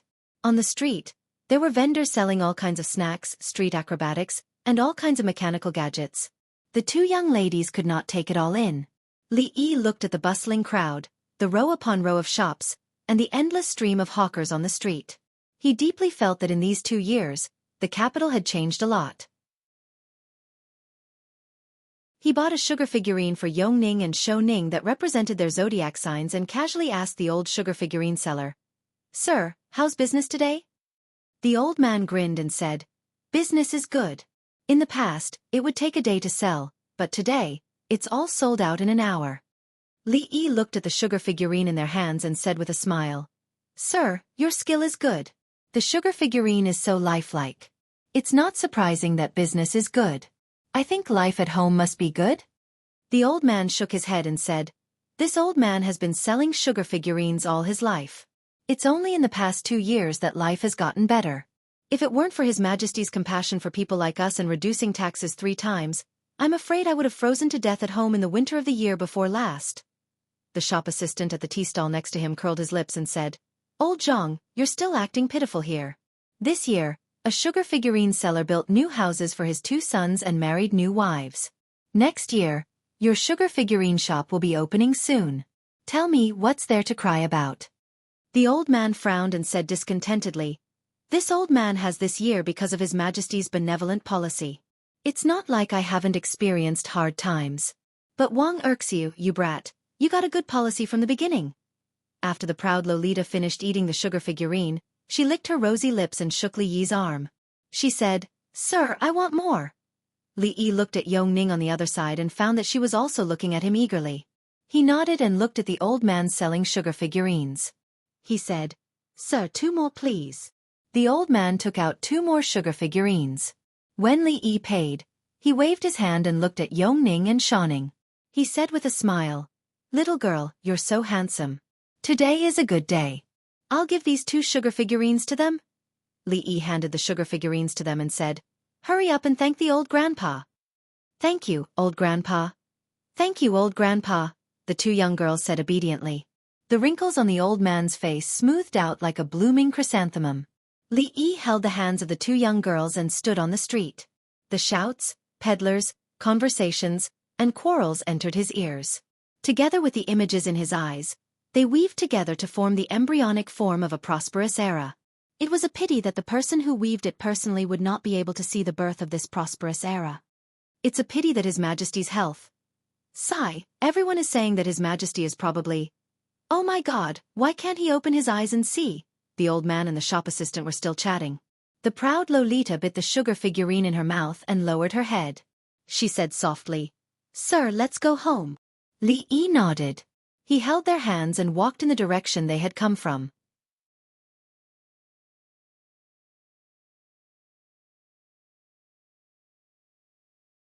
Chapter 972. There was no snow in the winter of the 4th year of Jinghe. At the beginning of the 5th year of Jinghe, it was the Lantern Festival, and the snowflakes in the capital were as heavy as a mat. Li Yi stood in the courtyard, and the bell seemed to be echoing in his ears. The snowflakes fell one after another, and in just a quarter of an hour, there was a snowman in the courtyard. Rui held an umbrella and stood quietly by his side. Drunken Mo and Ruoqing came over and looked at him with worry. "Son-in-law." Tears fell from Xiaofan's eyes, and she helped Li Yi sweep the snowflakes off his shoulders and head. Mississippi Lu strode over, carried him on her shoulder, and walked briskly back to the room. She reached out to seal his acupoints, roughly took off his coat, and threw him on the bed, covering him with a thick quilt. She turned and closed the door in one go. The emperor had fallen, and the country was in mourning. The officials and nobles in the capital, regardless of their official position, were required to fast for 3 days. Within 27 days, the soldiers and civilians in the capital were required to take off their ornaments and wear plain clothes. Marriage was not allowed within a month, slaughter was not allowed within 49 days, and pleasure was not allowed within 100 days. From the day of mourning in the capital, all temples and monasteries rang 30,000 times. In the 5th year of Jinghe, there was only the 15th of the first month, and no lantern festival. The whole country mourned. The next time Li Yi saw Li Xian alone, it was already 7 days later. His clothes were still gorgeous, but his appearance was very haggard, his lips were chapped, and his beard was unshaven. Of course, Li Yi himself was not much better than him. In these 7 days, except for the ceremony that he needed to attend, he spent most of his time in bed. After sleeping for a long time, he had a headache, and it had not subsided until now. Emingzu was much better than the two of them, but her eyes were dull and she looked a little haggard. The late emperor had passed away, and Li Xian was in charge of the funeral. She still needed to stabilize the affairs of the court. 2 days ago, concubine Cui hanged herself in Yeding. Li Xian sat cross-legged on the ground, and his voice was hoarse. Before she died, she shouted that she did not do anything wrong to your majesty, and that she would go down to accompany you. He looked at Li Yi and asked, "Do you feel that the palace is much more deserted than before?" "This palace has always been deserted." Li Yi shook his head and murmured. Li Xian sighed, "I really don't like this place." Li Yi looked at him and asked, "When will you be enthroned?" The country could not go a day without a ruler. The Jing kingdom was surrounded by enemies. The news of His Majesty's death would soon spread throughout the world. At that time, it was unknown what Qi and Zhao would do. Within a month, a new ruler had to ascend the throne to stabilize the situation. "Let's wait for another month." Li Xian waved his hand. "I want to spend more time with my father. I haven't spent much time with him before." He turned to look at Emingzu and said, "I'll have to trouble Emingzu with the affairs of the court." As Li Yi walked out of the hall, a figure was about to enter. "Teacher." Li Han looked up at him and said in a low voice. Li Yi didn't know if it was an illusion, but he felt that Li Han was thinner than the last time he saw him. Li Yi patted him on the shoulder and raised his head to look around. Under the gray sky, the entire palace was filled with eunuchs and palace maids dressed in silk morning dresses and hurrying about with their heads lowered. It was indeed much more deserted than before. He didn't leave the palace directly, but walked in another direction. This was the imperial harem, and without the emperor's decree, foreign officials were not allowed to enter. But there was an exception. In front of a palace maid bowed respectfully and said, "Marquis Li, please wait a moment. I'll go inform her ladyship." Li Yi nodded and stood in front of the palace gate. Not long after, the palace maid came out and said, "Marquis Li, please come in." Li Yi walked into this slightly smaller palace and bowed slightly to a woman in palace robes sitting on a couch.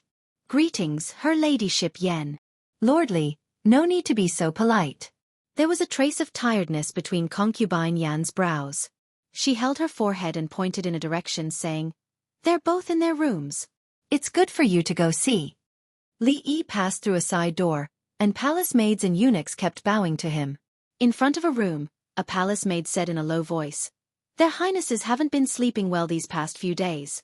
They've just fallen asleep." "It's fine."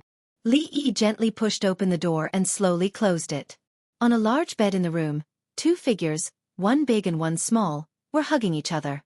Even in their dreams, their brows were tightly furrowed. Li Yi walked to the side of the bed.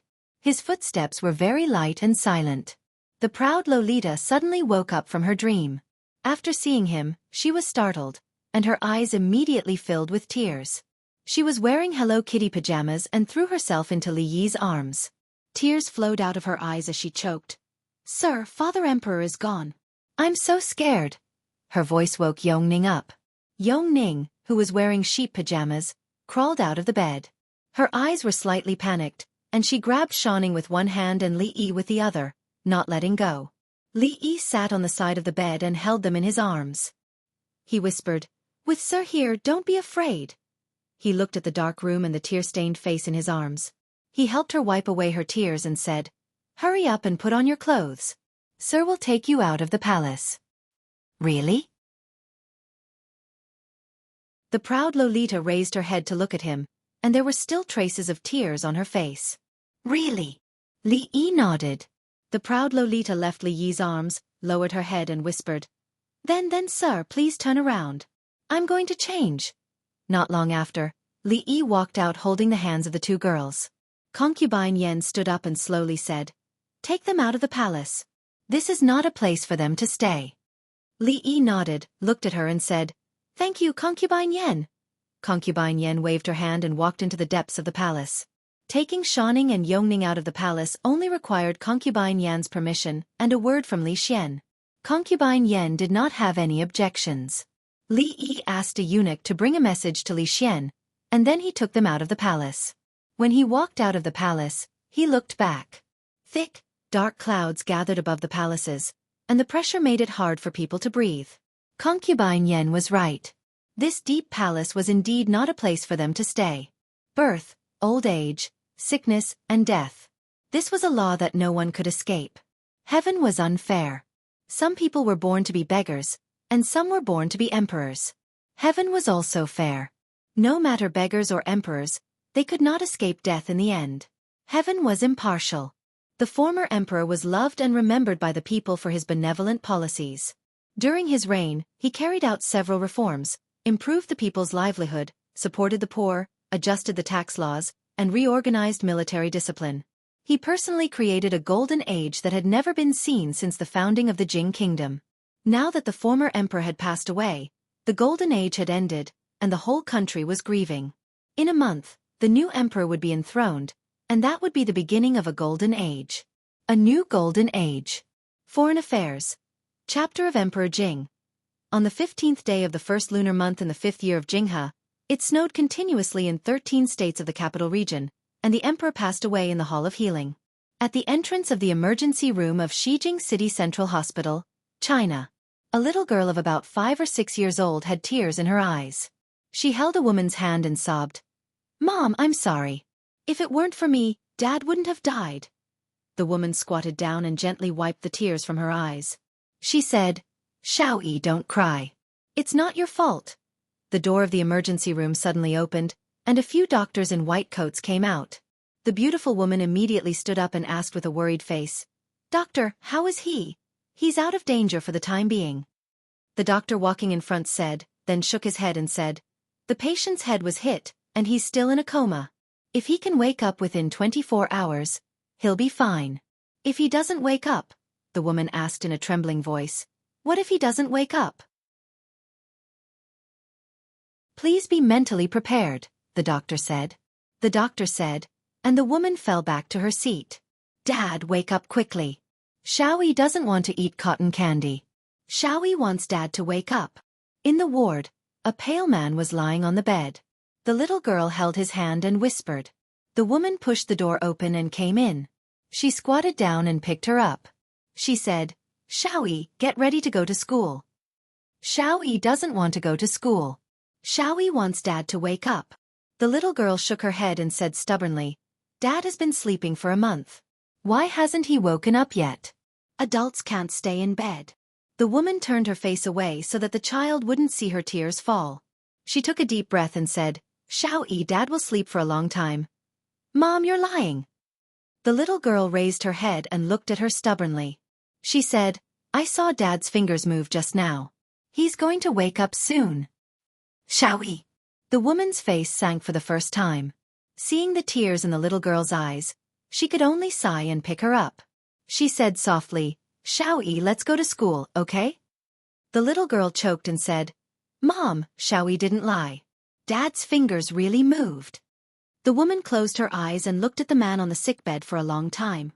Then she turned around and walked out of the ward with the child in her arms. Where is this place? Who are you? As she stepped out of the ward, a weak voice suddenly came from behind her. She turned her head in disbelief and looked at the man sitting on the sickbed. The man on the sickbed looked at her with the same disbelief and unconcealable surprise. He blurted out, Liang Fei. Dad. The little girl broke free from her mother's arms and ran to the sickbed, throwing herself into the man's arms. Xiaoyi, be careful. The woman's face changed and she hurried over. Yongning. The man looked at the little girl in his arms and murmured. His face suddenly showed a painful expression. He grabbed his head and growled in his throat. The woman's face changed greatly and she asked, "What's wrong with you? Where are you feeling uncomfortable?" Doctor? After a while, the man put his hand down from his head. He looked at the woman and shook his head. He said, I'm fine." "How can you be fine?" The woman's face became more anxious. She said, "Check again." "I'm really fine." The man got off the sickbed and held the little girl in his arms. He took a deep breath and said with a smile, "I haven't felt this good in a long time. So that brat didn't lie to me." He murmured in a low voice and looked at a small box in the ward. There was a figure moving inside. "Is this television? Are you really fine?" The woman looked at him suspiciously. The man looked at her and said with a smile, "I'm really fine." "If you're fine." The woman narrowed her eyes and looked at him. She asked, "Li Hong, tell me, which little vixen is Liang Fei?"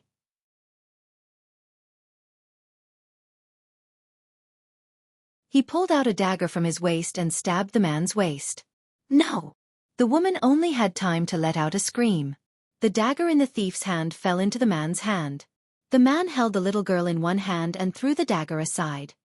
He looked at the thief and said coldly, "How dare you?" The thief looked at him and felt an oppressive momentum.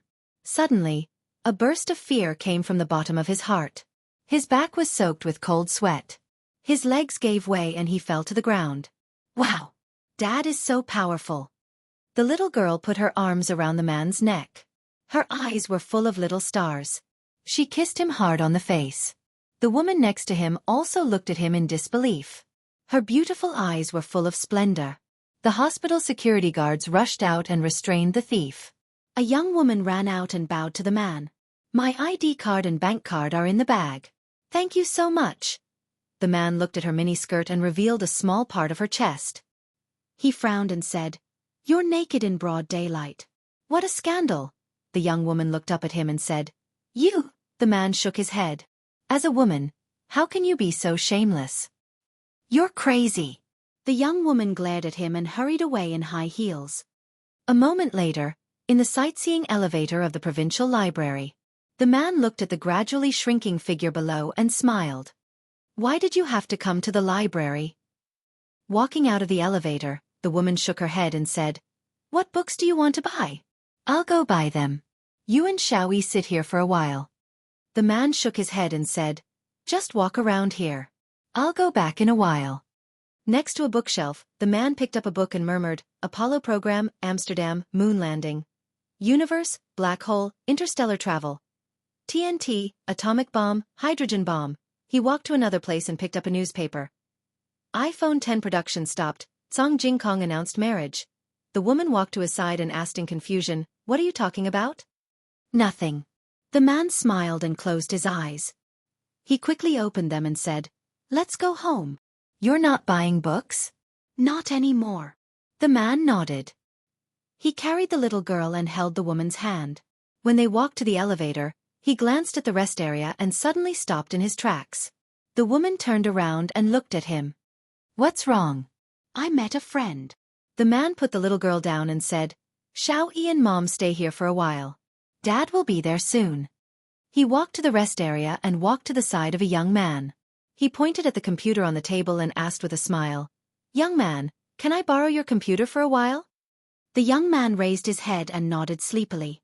He made way for the man. The man sat down and opened the browser.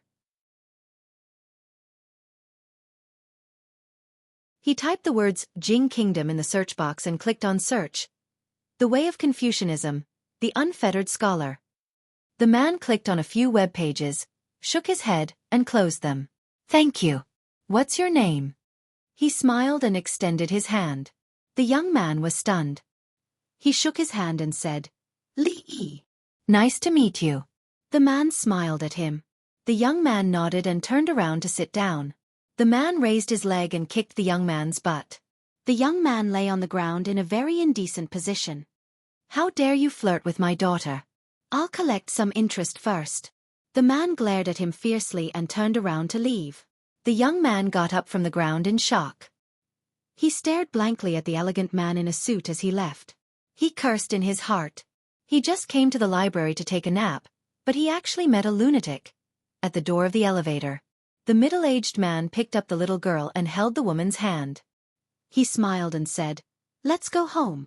The little girl looked at him and asked worriedly, "Dad won't sleep again, right?" The man touched her head and said with a smile, "He won't." The woman beside him glanced at him and said, "I'll let you go for now. Tell me honestly who Liang Fei is when we go back." You're tuning in to the Xiaofan's Wuxia Tales YouTube channel. Don't forget to subscribe and join us on this journey to catch the most captivating stories.